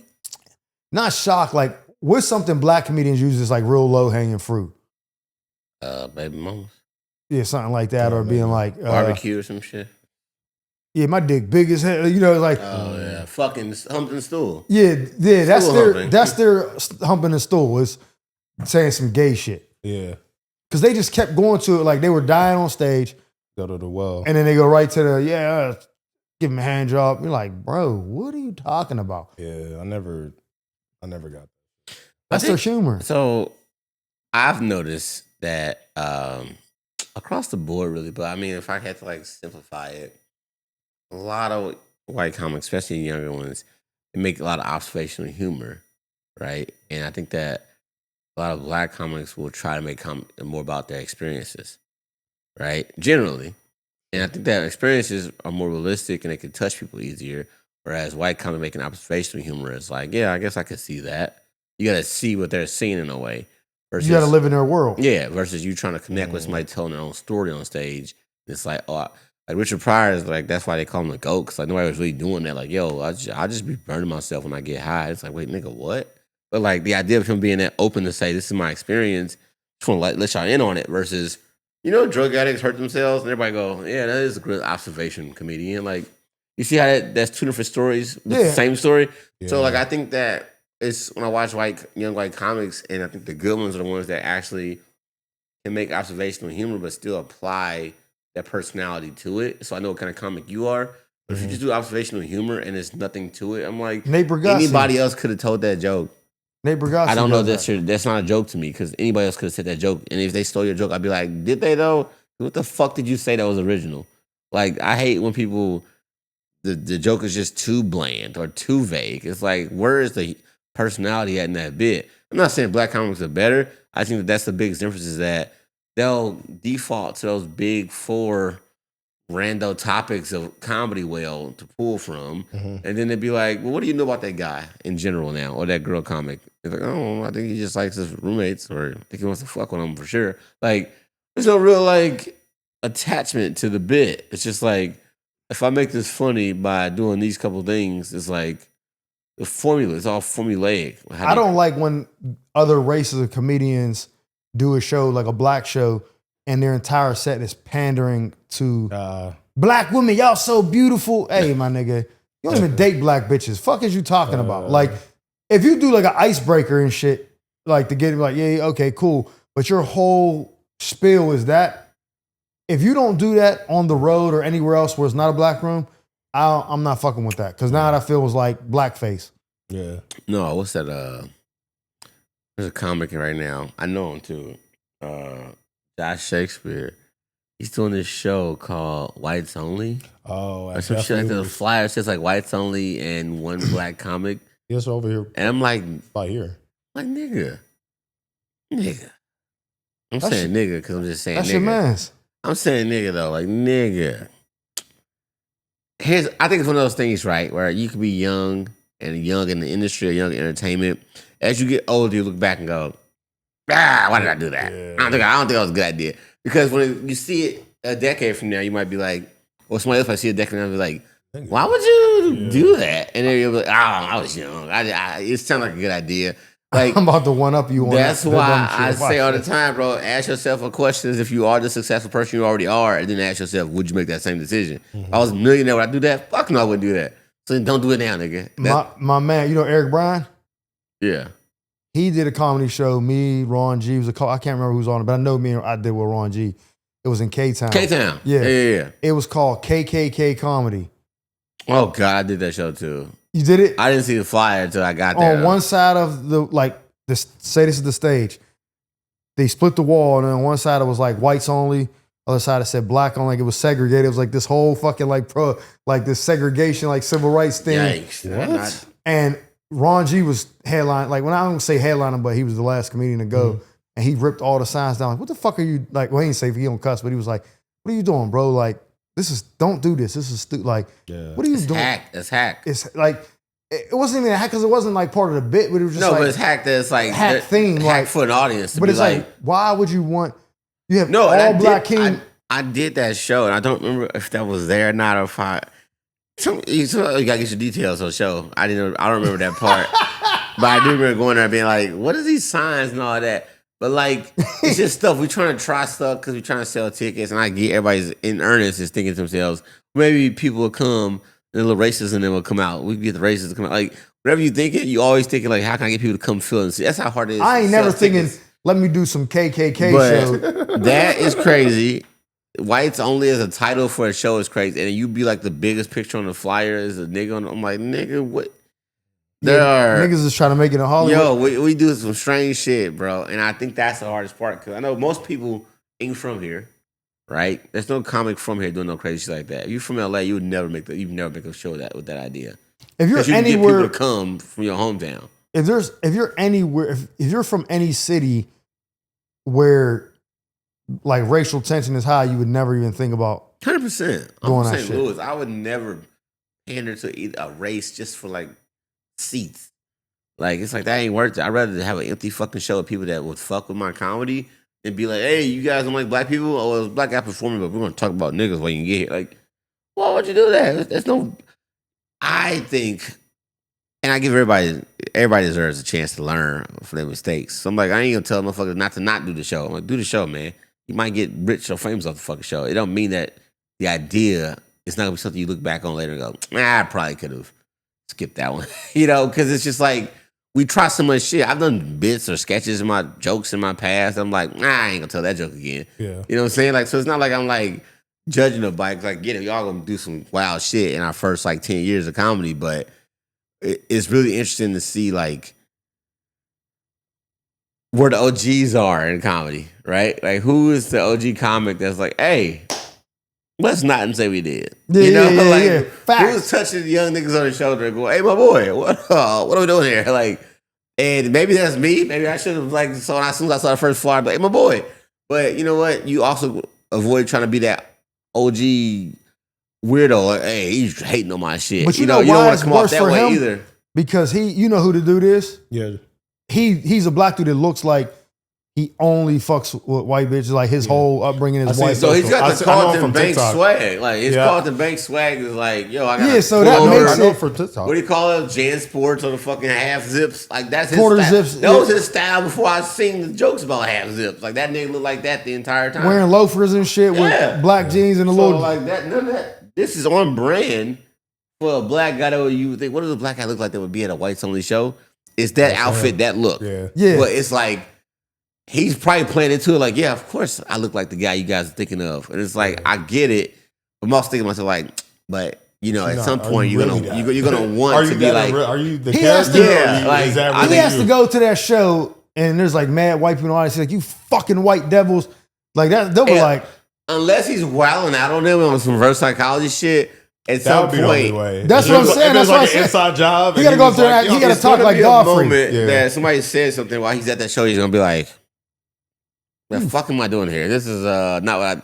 Like they gonna say something crazy. He'll be the only nigga there trying to defend the black race. He'll be like, Yeah. "Oh, this ain't cool. This ain't Tell cool." the nigger joke. Well, what? Yeah, You're out there like, what the I was like, fuck? one nigga here anyway. Yeah. It's like, wait, what? One nigga here? Like, yeah, nigga, and then you outnumbered by yourself. I did one thing on stage that I was in the bit. It wasn't even a bit. I was in the talking about it and was like, "Fuck are you doing?"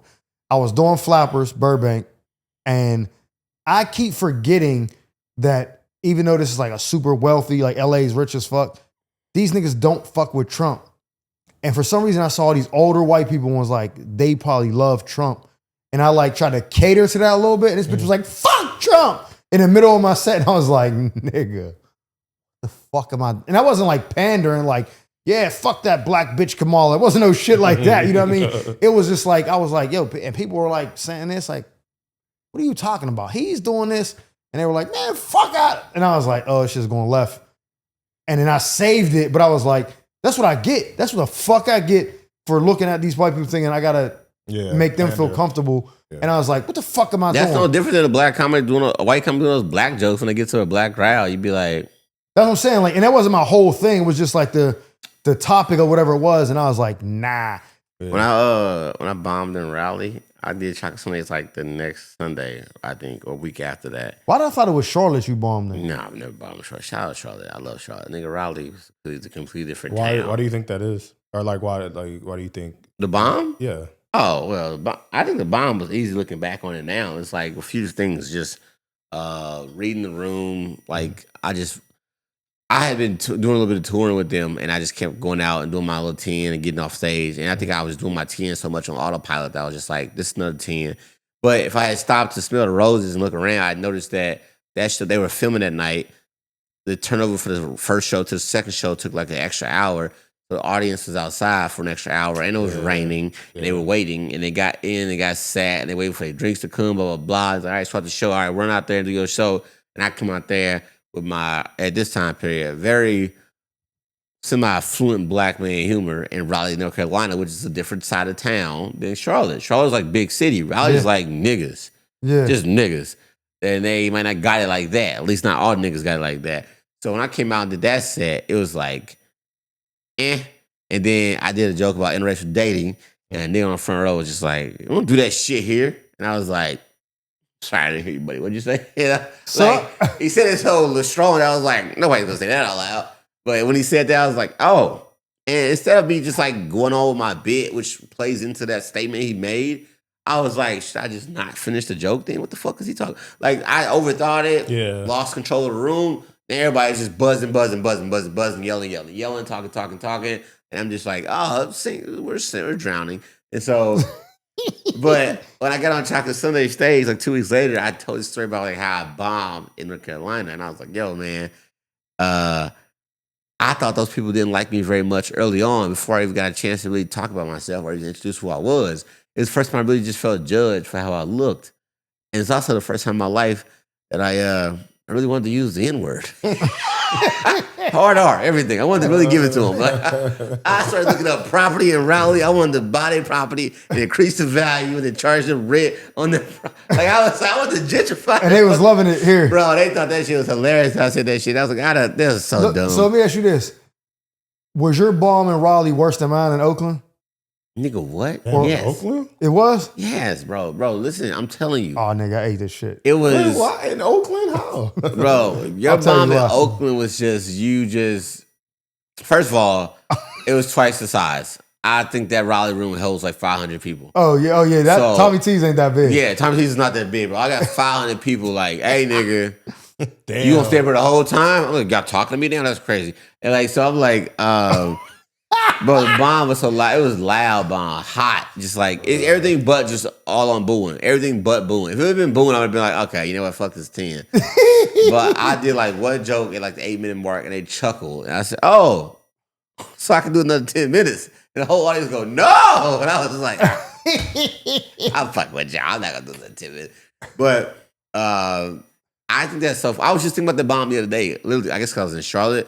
I was like, yo, I cannot wait to go back to Raleigh. I thought it was in Charlotte the whole I've had time. Raleigh circled on my fucking, because I'm like, they got me fucked up. I thought it was Charlotte the whole time. So when I was watching you go out, I was like, let me see how he handles this. And I was like, this nigga's mad comfortable for this the place that he, you know what I mean? No, bro. Like, yeah, Charlotte. I did Charlotte like maybe a month later. Because when I bombed in Raleigh, he had 2 more North Carolina dates Greensboro. a month later. And I was like, nigga, I gotta go back to North Carolina. Is it North Carolina? Was it me? Was it Raleigh? What the fuck did I do wrong? And so I assessed that shit for at least 2 years. Like, yo. And now it's like, I can say it's in advance. I can say after the fact, Raleigh, I will fuck you up. If I like whenever I go there, I will fuck Raleigh up. But I just didn't know what I didn't know. And I didn't appreciate every audience being a new, unique audience. Mm-hmm. And sometimes when you go into this tour and shit, you do 5 shows in a weekend, you might just think you're doing 5 sets, but you're not doing 5 sets. You're entertaining 5 different crowds. Yeah. You know what I'm saying? So like I wasn't taking the time to appreciate that. And that was my mistake, Raleigh. I was appreciating that the audience that's coming in for show 4 that night ain't got shit to do with show 3 and how good show 3 just went for me. Yeah. Don't give a fuck about that. Yeah. That was another thing. Show 3 went so well for me that I was like, I'm gonna kick it in the green room with all the other comics. I'm gonna shoot this shit while they all talking and drinking and small talking. Oh, it's time to start the show. All right, I ain't gonna look at the audience. I always look at the audience. Every show that starts, I go out and look at the audience for 5 to 10 minutes, just staring at them, looking at the front row, the middle row, the back row. Who's gonna be the problem makers? I look at everything, what they got on. Recon. Exactly. This show, I'm in the back of the green room, keying, oh, it's a minute before you start. All right, I guess I just stand by the stage, and I'm just like, the fuck are you doing? Like hindsight, everything I thought about, I was like, yo, that was so dumb of you to do all of that shit. Ignorant, really. I mean, you don't know what you don't know. Yeah, and so I think the 2 best things about that show is that one, I didn't get made fun of by the following comics on the show, Trey and Tone. Obviously, they didn't like make fun of the bomb because they obviously y'all on the same tour. Always make fun of the person on your own tour. Yeah, right. So that was dope. And then me when I got off stage, Tony was like right into like waiting for me, like, hey, nigga. So boom, boom, boom. Hey, don't even think about it. Like, don't think about this shit all night. First of all, is what he said. Like, hey, we got more shows this weekend. Get the fuck over it. You know what I'm saying? And then he's like, you know Richard Pryor, Live on Sunset Strip? And I was like, yeah. He's like, that's like his classic special, right? He's like, yeah. He's like, that was the second day of filming. The first day, he stopped halfway through that set and was like, I'm sorry, y'all, I ain't got it. I'm gonna try again tomorrow. They were like, what? I was like, yeah, I know, I'm sorry, I gotta go. And like, just wasn't happening. Came back out next night. That's the Live on Sunset Strip that we see. Yeah. And so Tone told me that story, and I was like, you know, and I said that high pitched as hell, but this is the only reason why that story is actually more unique to me now than when I originally heard it.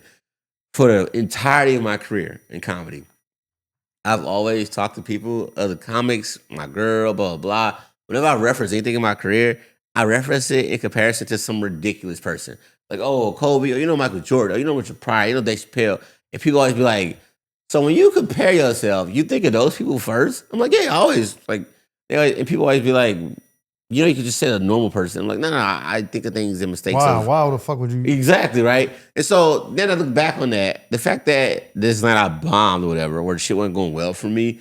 The fact that Tony was like, Richard Pryor did this, blah, blah, blah. And I'm like, now I'm looking back on that, like, what's funny is that I didn't even think about that, but he used such a ridiculous reference in terms of like, he could have said somebody bomb or himself. No, but in that sense, he has to use that because if he says, man, Henry Coleman, you'll be like, oh. He could have said his own story though. Yeah, but it would. I have a lot of respect for a lot of comedians. Yeah, but it needs to be. Jordan didn't make his high school team. That's why always niggas say that. Exactly. It has to be that to make you feel like, oh, because if it's too close to you, there's not enough separation to be like, well, that nigga ain't even that good. Like I fuck with him, but nigga, you telling me like, oh, this guy, like nigga, that nigga ain't that nice, nigga. Don't be comparing. But if you like, yo, the nicest of the nicest did what you did, you're like, oh, if he can do it and still be him, who the fuck am I to worry about it? I'm you know what I mean? Like, it definitely could happen to me if it happened to him. Exactly. If you just name someone close to you, it's like, nigga, that don't feel good. You know what I mean? But when you compare yourself, that's why people look at you crazy, because they're like, you think you're, but for someone giving you an analogy, they need to use that person to comfort you. I think that's why it's funny to me, though. Is that because I always use those analogies so and much. And he did it. And I was like, oh, well, that's right. You're talking to me. That's the person I would have preferred you use. Do you remember your worst bomb? No, hold on. Before you say that, because you asked me about Oakland. Yeah.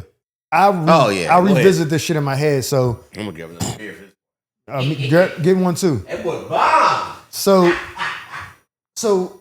what happened was, Oakland's already a bunch of niggas up there, bunch of rowdy niggas. Which to me, I'm okay with that, because you know what I'm saying? Like, I grew up in the streets, hustling, shooting niggas, all this shit. So I'm used to that shit. That ain't nothing to me. Yeah. But the DJ said some shit to start the show that I never heard before in a comedy show. And he said, keep your heckling down, all that, you know, the regular spiel. And then said, and no matter what, don't throw anything on a stage. Oh, wow. And that struck me like, what kind of niggas is out here? That's the thing you emphasized. You didn't just give that and then like, hey, don't throw it on the stage, no heckling, no video photography. Like, he was like, and no matter what, don't throw anything on the stage. Like, that's absolutely prohibited. I was like, that didn't scare me, but I was like, oh, I'm gonna address that. Yeah. So when I went up and they've been telling me this, like, stop asking questions, kind of be like, you tell them, because when you ask them questions, you leave too much room for it to go left or right. And I said, yo, how many of y'all be coming here often? Expecting them to be like, yeah, everybody clap. And dude was like, I was like, do y'all be coming here often? Dude was like, no. And I was like, one of those. Huh? Control was lost. Yeah, and then right there, it went off. This shit did. But that's all. If I wasn't on Tone's show, I'd have been like, man, shut the fuck up, nigga. You think y'all just fucking came here for the first time ever because Tony's in fucking town? Shut the fuck up saying dumb shit. Nigga, no, I ain't never been in Tom. I would have just went on and I would have got him. They would have been cracking up. But I'm like, I don't want to possibly walk his room. And he's like, what the fuck is you doing? Like, now I got to come up after this shit. So I just was like, oh, no, because I was saying like, and niggas just was like, yeah, you on your back foot. And niggas just started chit-chatting and shit. And I was like, oh, yeah, you know, nah. I was like, oh, shit. Nobody was talking to me like he said to him. But I was like, yo, you ever? And I was like, nah. And I was like, oh, yeah. And I was up there and in my mouth, when I get nervous, my mouth gets dry. Damn. So bro. I didn't notice. So every 5 seconds. That nigga's like a fucking. Tone said, what the fuck does he keep doing that with his mouth for? Outside of water. I didn't know, because I was just like, and I'm up there and I'm like, just like that, dog. And so then I set him up, but he got out of it. I didn't even think about like me setting him up. Right. I was like, I said something like the joke is supposed to get the big laugh, and it didn't. I was like, oh, fuck this. Y'all ain't fucking with me. Yo, make some noise for your next comedian, John. He just brought this nigga right now. And I walked on the stage, someone was like, come here right now. Come here. Don't ever do that. Don't ever bring this nigga up to your shit. I was just like, I was so frustrated. Like, well, this room ain't gonna laugh. All right, John Grimes, your turn. I was like, yeah, I see y'all ain't fucking with me. It's cool. Hey, this next comedian, man, tour with Tony Rock, make some noise for John Grimes. And I just walked off stage, and like he said, he's like, his head's rattled. He's like, oh shit, I'm up here. I wanted to be like, I'll beat one of y'all niggas the fuck up. Like, I was angry because it wasn't the jokes wasn't working. They just were like, we don't fuck with you. Yeah. And you started off on the wrong foot. So the next day, and I went to fuck this, I hated this nigga, this DJ up there. He was being a bitch the whole time. The next day I say, yo, I'm going up again. You emphasize that shit even more this time about the throwing shit on stage. He's like, all right, I got you. I'm like, cool. The nigga don't say it at all. Wow. And this is what my icebreaker was. I said, I don't give a fuck. I'm still saying it. I said, yo, I was on the shit yesterday. This nigga said, don't do what the fuck? I said, yo, Oakland, where y'all at? Richmond, where y'all at? They went crazy. And I was like, that's the reason why this nigga got to make this announcement, because y'all motherfuckers. Because now I'm like, I fuck with y'all. Yeah. That was the difference. Who been here before? Nigga, get the fuck on with the jokes. Richmond, where y'all niggas at? We right here, bro. Yeah. That was the whole difference. And then the whole set went way better. But I got to say, like, nigga, didn't I tell you to say that? He's like, oh, yeah, I forgot. How? Nigga, I said it. Just said it. Bro, 15 seconds before he's like, what's up?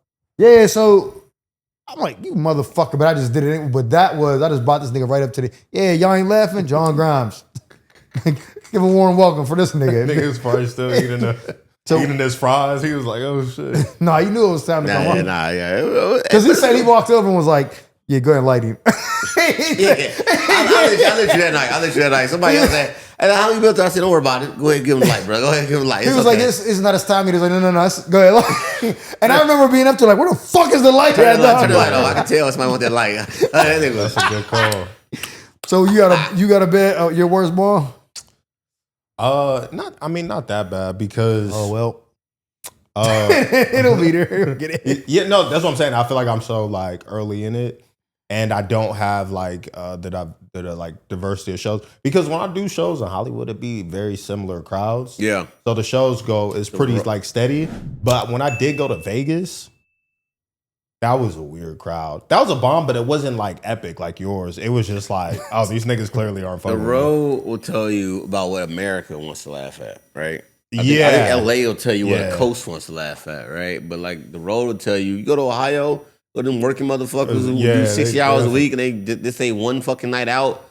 You come up with that bullshit. They'll be like, man, I ain't fucking pay all this money for you to do this bull. That shit, they get real concerned. I don't gay ass shit. They don't hear none of that shit, bro. Yeah. Like. And it's funny too, because it's like, you don't know what people are thinking, but you had an idea what people were thinking. And like the real you would probably be fine no matter what. Sometimes your set ain't the best version of the real you, because you could break it down. Like you said, he wanted to break character and be like, hey man, fuck you for, that's the real you. And that probably would have recovered you. Yeah. But your set is what you know and trust. So you're like, nah, I did these jokes. These jokes work. I've seen them work. They don't work right now because I've worked on them too long. And you try to do that shit, and they're like, nigga, you lost me as a person already. Fuck your joke. Yeah. And that's where it's like, God damn. So I think that I'll mention. I think I said it out loud to you, but I'm gonna say it again just because I think it's something that it makes sense because it matters. I think to how good you're gonna be as a comedian if you can do these kinds of things. But a comic I was talking to was talking about his shows, and then he said, "Nigga, but the shows you doing right now, you one of the hardest demographic of crowds to entertain."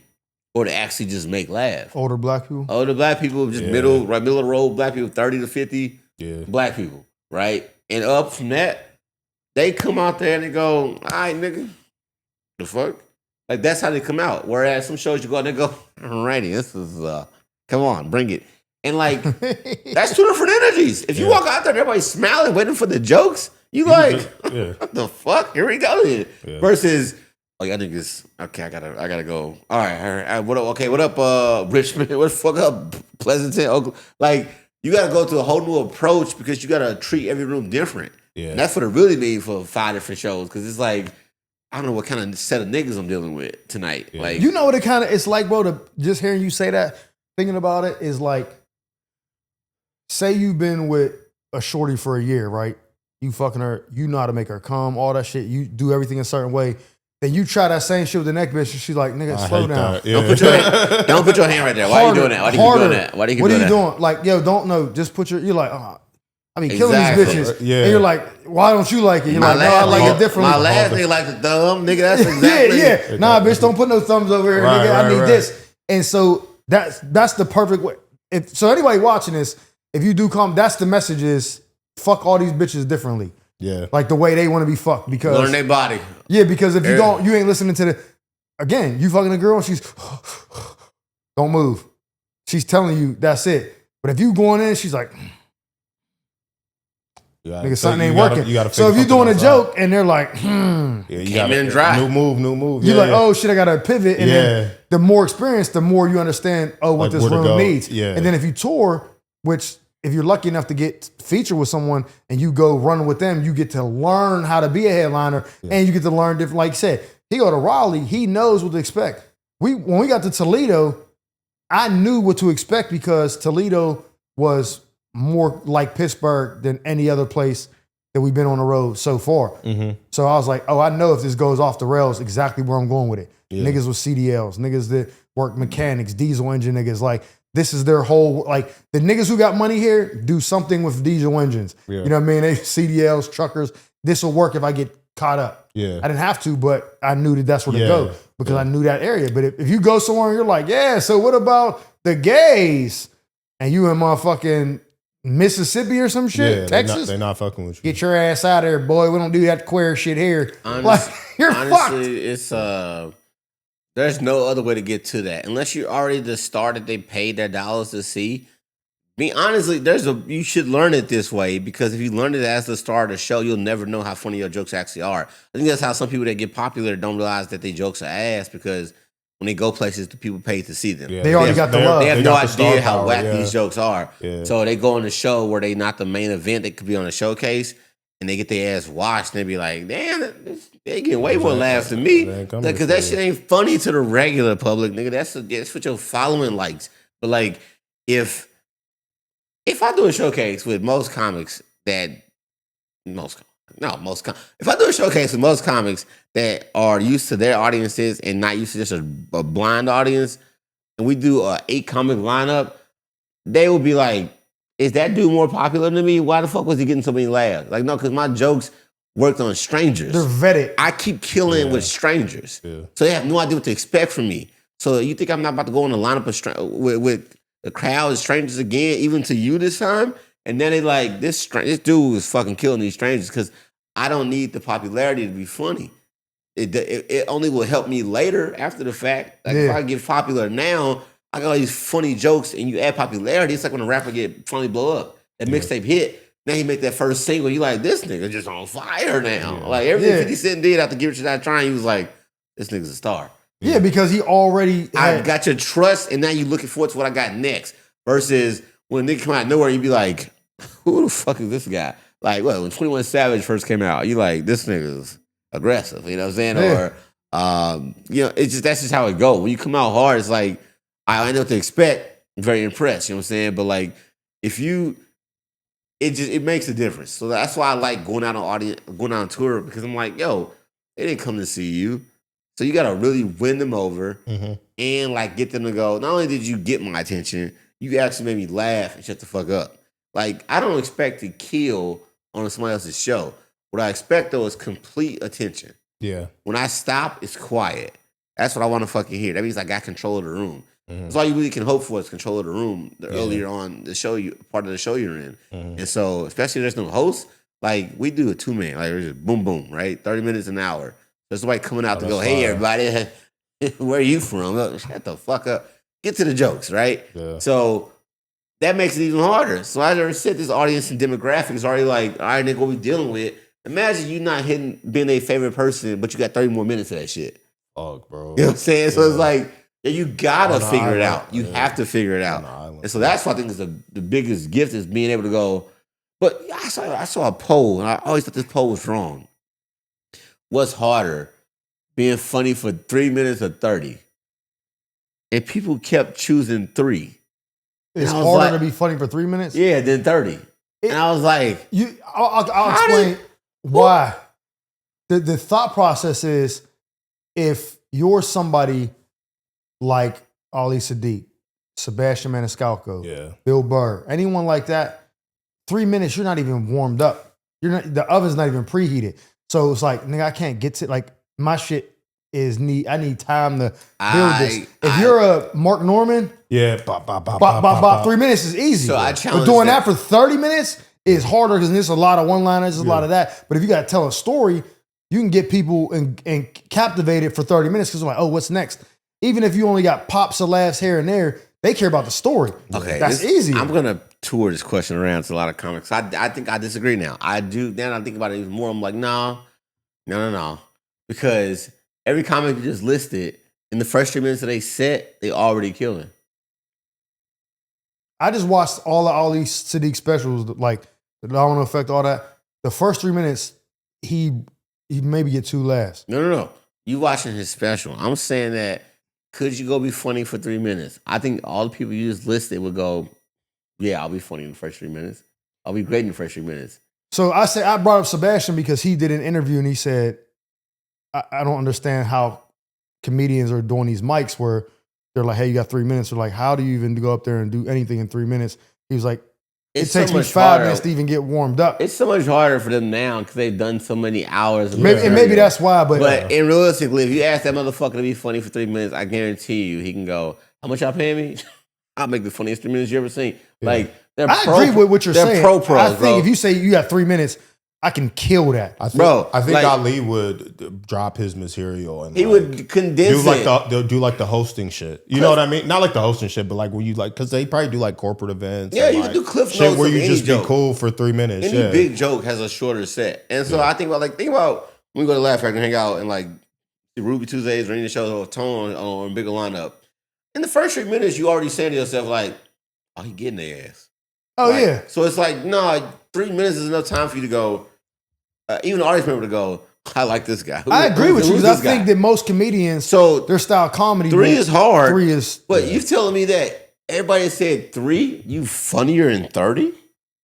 No, That's what I'm supposed to believe now? That you got 27 more minutes of fire, but 3 was hard? I think so. Here's how I look at it. And I could be That's why wrong. I'm like, get the fuck out I of think here. for a new comic, 30 minutes will be way harder than 3. Absolutely. I think for a seasoned comic, 30 minutes might be easier than 3 because they're not used to having to do 3 Because minutes. my brain is assessing that as person saying to themselves, well, if I got 30 minutes, shit, I ain't got to make a joke in the first 3 minutes. I'm like, what, nigga? What are you talking about? Yeah, You so- should be funny in the first 3 minutes. That's crazy. So I learned something like, well, not learned something, but I was at Ruby Tuesdays yesterday and I watched the lineup, right? And it's like, that's the good thing about being a student in this.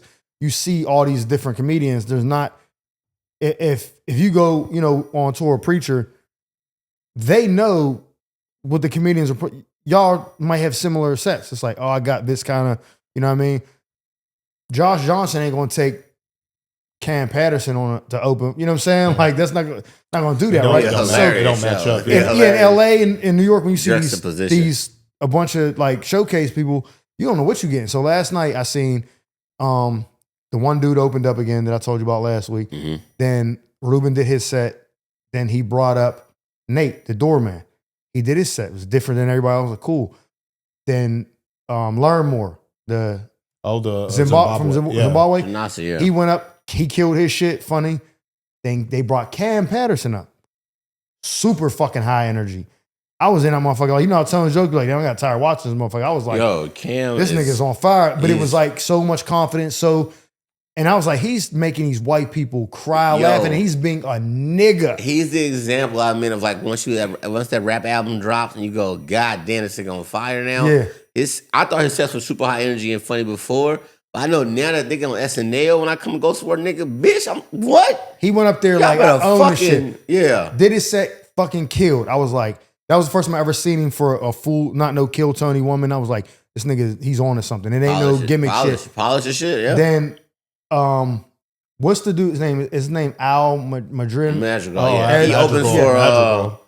he opens for a super big comic, like the theater arena shit. So he went up and I was like, George Lopez, I think, yeah. I asked Rube, I said, yo, is this the dude that played the Kev got fired on Night School, the chef? He's like, yeah, that's him. I was like, oh shit, cool. But no, this nigga was a comedian. He went up there and he came up. As soon as he came up, he was like, time for an energy shift because of that. And they bust out laughing. Yeah. And this nigga brought the room right back down to where he was at. And this nigga murdered the entire time. And he was like, am I stalling? Because it feels like I've been up here for 15 minutes, but they was waiting on, and I was like, Rube, if you need, he was like, we waiting on Amir K. I was like, oh, God. He was like, give me 1 minute. Amir walks in. I was like, fuck. Oh, yeah. Amir goes up, totally energy shift to a different thing. I was like, damn. Then fucking Godfrey goes up. Oh shit. No. Joey Wells. He goes up, does his time. Totally different style than everybody else. I'm like, oh shit. Godfrey goes up. Completely just, you forgot everybody else that fucking went up before him. I was just like, Godfrey nasty. nigga. But I watched it and I just sat there right in the booth and was like, basically what you were saying is if you go on a showcase, if them people who go on, if each one of them comedians was like, I'm used to my audience, then I never do, they would go up there and drown. Each comedian knew how to go up and be like, let me make this room my room for this 15 minutes. That's what the road does. And that's all the what people right there. They all do road shit. All And they do knew tour. this is how I can make the room mine for this 15 minutes. I don't give a fuck who's before me. I don't care who's after me. They can do what they want with the room, but my room right now is this. And I'm making, and the confidence was just like, I'm not up there like, do you like a joke after Cam? After, you know what I mean? It That's was like, to me nah. what the definition of a Hollywood show is that everybody is their own entity, their own being of like, I'm the shit too.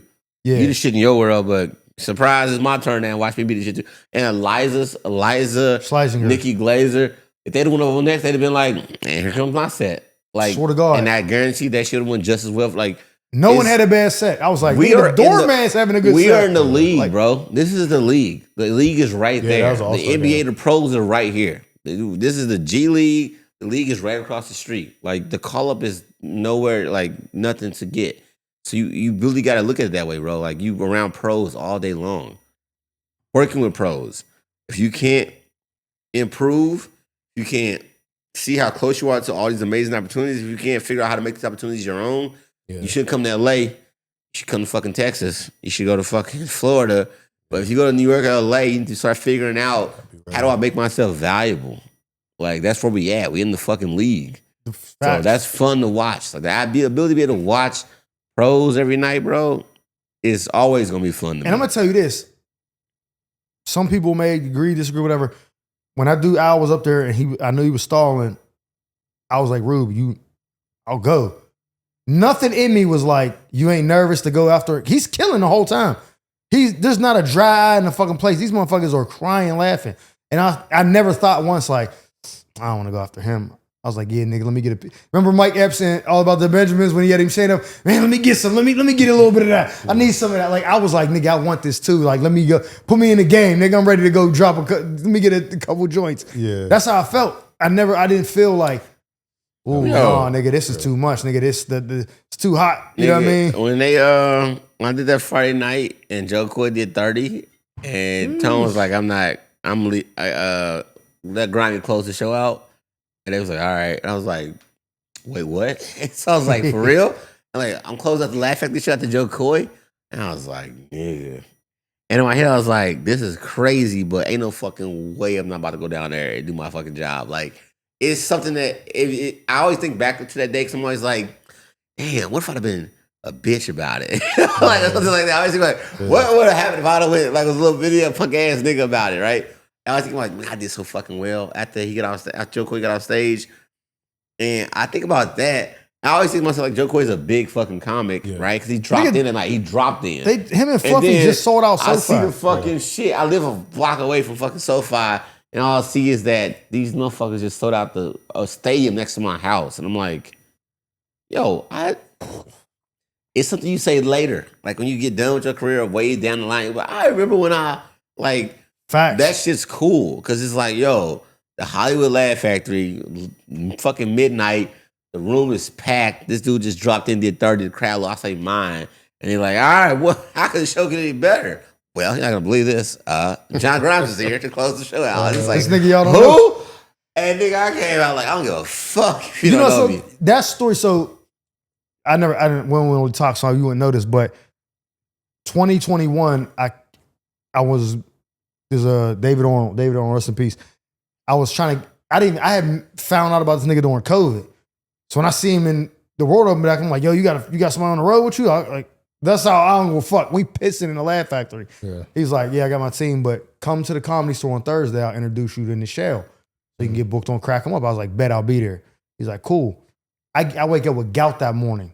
Damn. Yeah, I get it, but it was like a flare up. And I was just like, if you never had it, it's the worst. I'd rather be shot than have gout. Like just doing this is like tears is painful. So I was like, how am I fucking go to the comedy club? I put the biggest fucking shoe I had on, loosest Air Max, sweats, and just limp my fucking way up there. And I got there super early because I don't want to be like in a line, hustling, bustling. Sit up there in the show was like, you're a comedian, right? I'm like, yeah, I had met her like briefly the week before, just in like a passing. She's like, oh my God, can you start the show for me? The host ain't coming. I was like, oh yeah, hell yeah. I was coming up here to meet you anyways to get booked for the show. Fuck yeah. So I opened the show. She's like, how long? I'm like, how long you want me to do? She's like, you at least do 7, but don't come down till I light you. I'm like, cool. 18 minutes.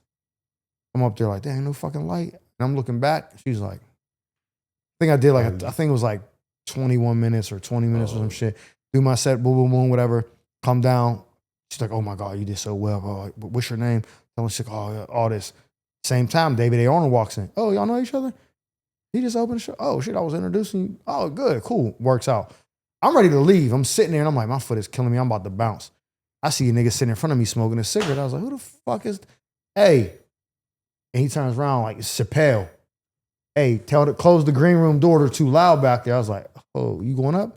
He's like, yeah. I was like, oh, shit. Now, technically, I opened for Chappelle because I opened the show. He closes it out. I was like, that's the best story ever. Then when he says, I close out the show after Joe Coy, I'm like, that's better.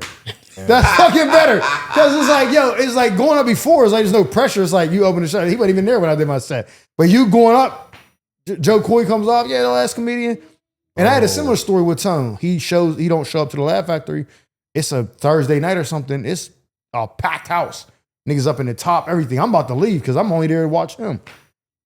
The manager's like, you talk to Tone? She know that's my boy. I'm like, yeah, I just called him. He didn't answer. She was like, you want to close out the show? Because he's not here. I was like, fuck yeah. She's like, all right. I ain't gonna lie, bro. That's the nervous. If I had shorts on, you'd have seen my leg just shaking. I was like, oh, shit. I was like, what the fuck am I gonna do? Like, got up there and I was like, I know y'all waiting for Tone, huh? They was like, yeah. I was like, he ain't fucking coming. Grabbed a mic stand, set it to the side, let's do this shit. Okay. I just went up there like, I don't give a fuck. Like, I had that attitude. As soon as I said that, the leg stopped shaking. Did my set. She was like, oh my God, you were real. I was like, do you have the video so we can show Jamie? She was like, not recording tonight. Damn. I was like, nigga. Like, come but on. like you said, being ready, getting that call, that you gotta be, you know what I mean? I'm like, nigga. But then there have been a million other times I'm like, yo, you need somebody? They're like, we're good. Yeah, so you just, I mean, that consistency paying off. Staying strapped, yeah. And sometimes you don't got to pull your gun. That's what I got to Sometimes be you do. more consistent with, better with, like, just like being in the scene. Like, That's why I ask you, 'cause I don't never see you around. So I'm like, what were you doing? Because, You're right. you know what I mean? Nobody, especially when nobody, here's the thing, and I'll say this before he'll ask you the last question and we'll wrap. But the biggest thing for comedy that I learned out here, can't speak for anywhere else, is that you could be good, you could be average, you could do whatever. You can get opportunities from mics, whatever. But if you're around so much and you meet so many people, you start, yo, this my man Manny. Oh, what's up, bro? Then you be like, hey, yo, you want to do this? I got a spot. Then you just start getting because they just know you. It's like, yo, you want to go up? Hell yeah. Then you go up and you're ready. They're like, oh, nigga, funny as hell. Oh, yeah, I'm going to book you on my shit. Yeah. Now you start getting spots because you're just in the scene. The scene is fluid. When you show up and everybody, who the fuck is this? This nigga, you know what I'm saying? Like, never seen this motherfucker. Anybody before. vouch for that guy? Who's this Draymond Green looking ass nigga? Like, you do comedy? Then you're like, yeah, I do. They're like, I ain't never seen you around. Then it now becomes an interrogation. Yeah. And so now they're like, oh, yo, put him up. Now you feel like, oh shit, the pressure's up because they like, nigga, you say you do comedy. Who is this nigga? But if you're just around, they're like, oh shit, bro, go up and do some time. It's different, a different vibe. Yeah. So when I don't never see you around, I'm like, yo, where you be at? You know what I mean? Like, oh, do this. I'll be on the road with him. Like, oh, okay. But when you just around, and they can see you around. Like, I ain't been to improv for one of the mics since 2021. 2020. Oh.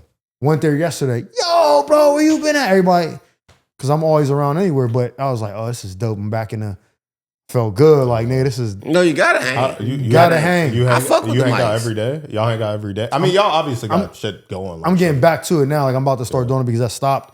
But now I'm realizing, like, the advice I'm giving you, I'm like, I gotta be back in the scene because even if I'm not going up, like yesterday, I do Roof Show. He was like, remember I told you I was gonna ask him? I didn't even say nothing. But I swear to God, I was gonna tell you this after the show. We're gonna say it right now.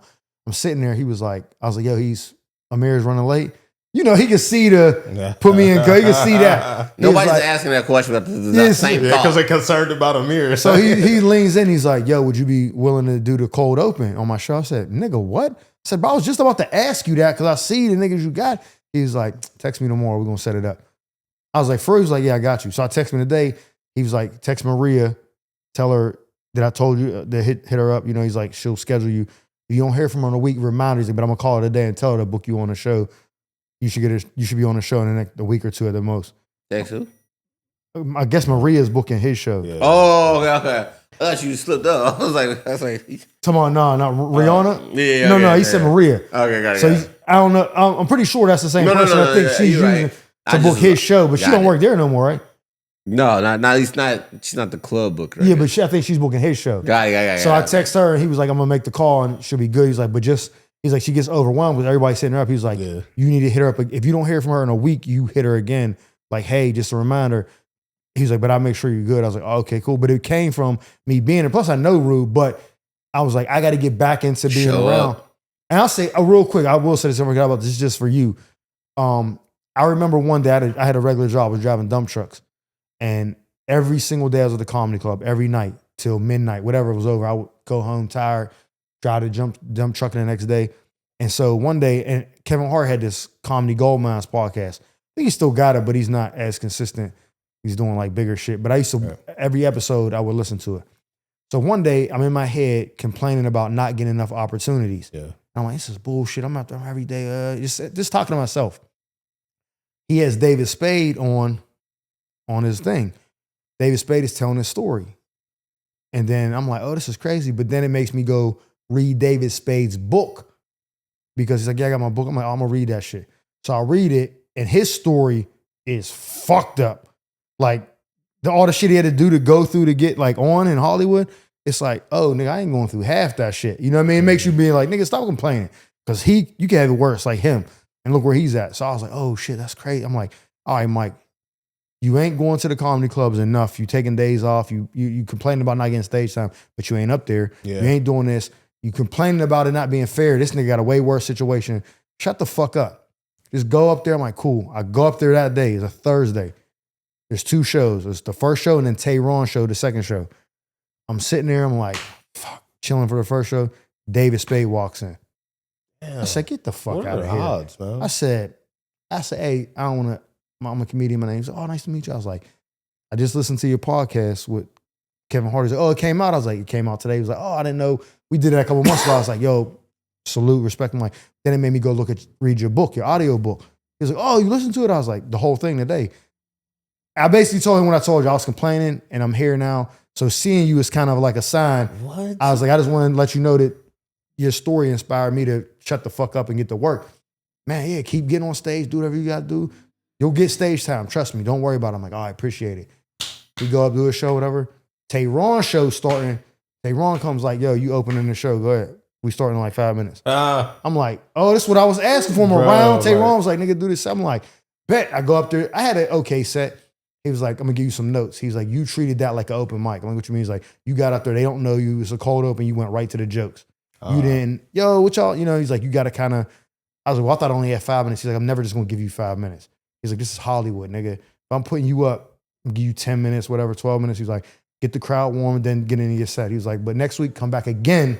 You're going to open it again, do better next week. I was like, bet. Came back the next week, murdered it the second time. He's like, nah, that's what I'm talking about. Okay. I was like, oh shit, but it all came from just that being there. And I was like, oh, but that's it. So when I tell you that, like, to be out and get your face in, because then you a motherfucker, they going to see you tall as fuck. They're like, oh, who's this nigga? Yo, you want to go up? And then it'll start to, you know what I mean? Yeah. But yeah, so. You gotta hang. Gotcha. Hang on this thing. Yeah. I'm trying to get back to it too. And there's no ego about it. Like, I'm not saying that, like, I don't gotta hang on. I want to absolutely be on this thing. I want to go to the mics.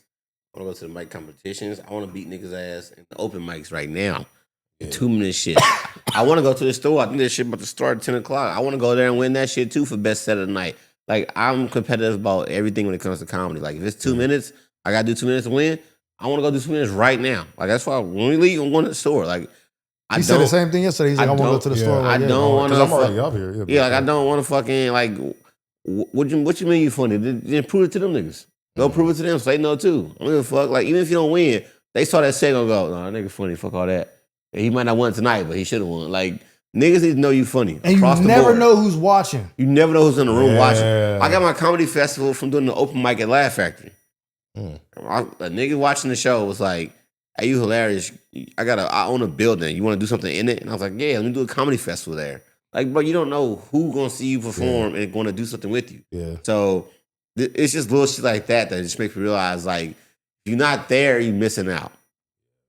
Every time. If you could be there and you're not there, you chose to miss out. And even if it ain't a get up, just the stories we're telling, he closed after Joe Coy.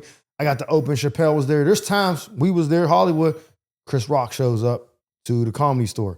We happen to be at the Laugh Factory with Tongue. We go back down there. He gets to do improv. Those are the stories that you're going to tell your kids and back and be like, yo, I remember the one night. Yeah. You don't have none of them stories because you be like, yeah, niggas was up there, but I was on the gram. I was watching episode 7 of fucking Game of Thrones. You know what I'm saying? Fuck, get out. Close us out, bro. Man, you know what though? I don't know if I want to ask. I think I want to ask a different question because it's so early. You can ask a different question. Just yeah. But something to that effect of Got it. All right, so let's say you walk through this door after this podcast is over, but it's just 10 years into the future. Mm-hmm. What are you doing excellently? What am I doing excellently? Yeah. Or what's the, like, I did it. I did everything I wanted to do, and this is what I'm doing right now. So what do you see as someone I executed ideally, it. I'm here 10 years from now, 2036? 2036, I see myself as like a strong, just like a strong feature, bro. Like I do the social media shit, but I do that really to market my stand up. And like I think I have like a knack for joke writing, and I just want to like just be known as like an excellent joke writer. You know what I mean? Like I think they say you like find your voice like a decade in. Like that's a rough number. People, grow at different rates. But like by then I really want to find my voice and be like a super strong like feature, maybe a headliner if it goes well. But like I really want to like really get on it, man. Like really just crush on stage, bro. Like even what you was talking about earlier today in regard to like, I'm paraphrasing, but every show has its own DNA. Or how Mike was talking about, like you can't just open up a show by telling jokes like it's a mic. You gotta like feel out the audience and bring them in, and then start hitting them with the material. So like, yeah, just really being like kind of like a master of the craft. That's really the goal in 10 years. Mm. Yeah. Solid. So we gonna wrap there, man. For sure. I don't know. I ain't cutting much of this out because I like how it picked up after a while. So it was a good episode, man. Yeah. Again, thanks for stopping by, Manny. It was a good episode. We got to talk some shit. Come back anytime. If you guys haven't subscribed to the channel, please do so. Like this video, leave a comment. We back to being consistent again every week, man. We're gonna have more guests and everything. So please tap in. Again, it's been another episode of the Mike Murphy Show. I'm your host, comedian Mike Murphy. This is my man, 100 Grand. John Grimes. See y'all next week.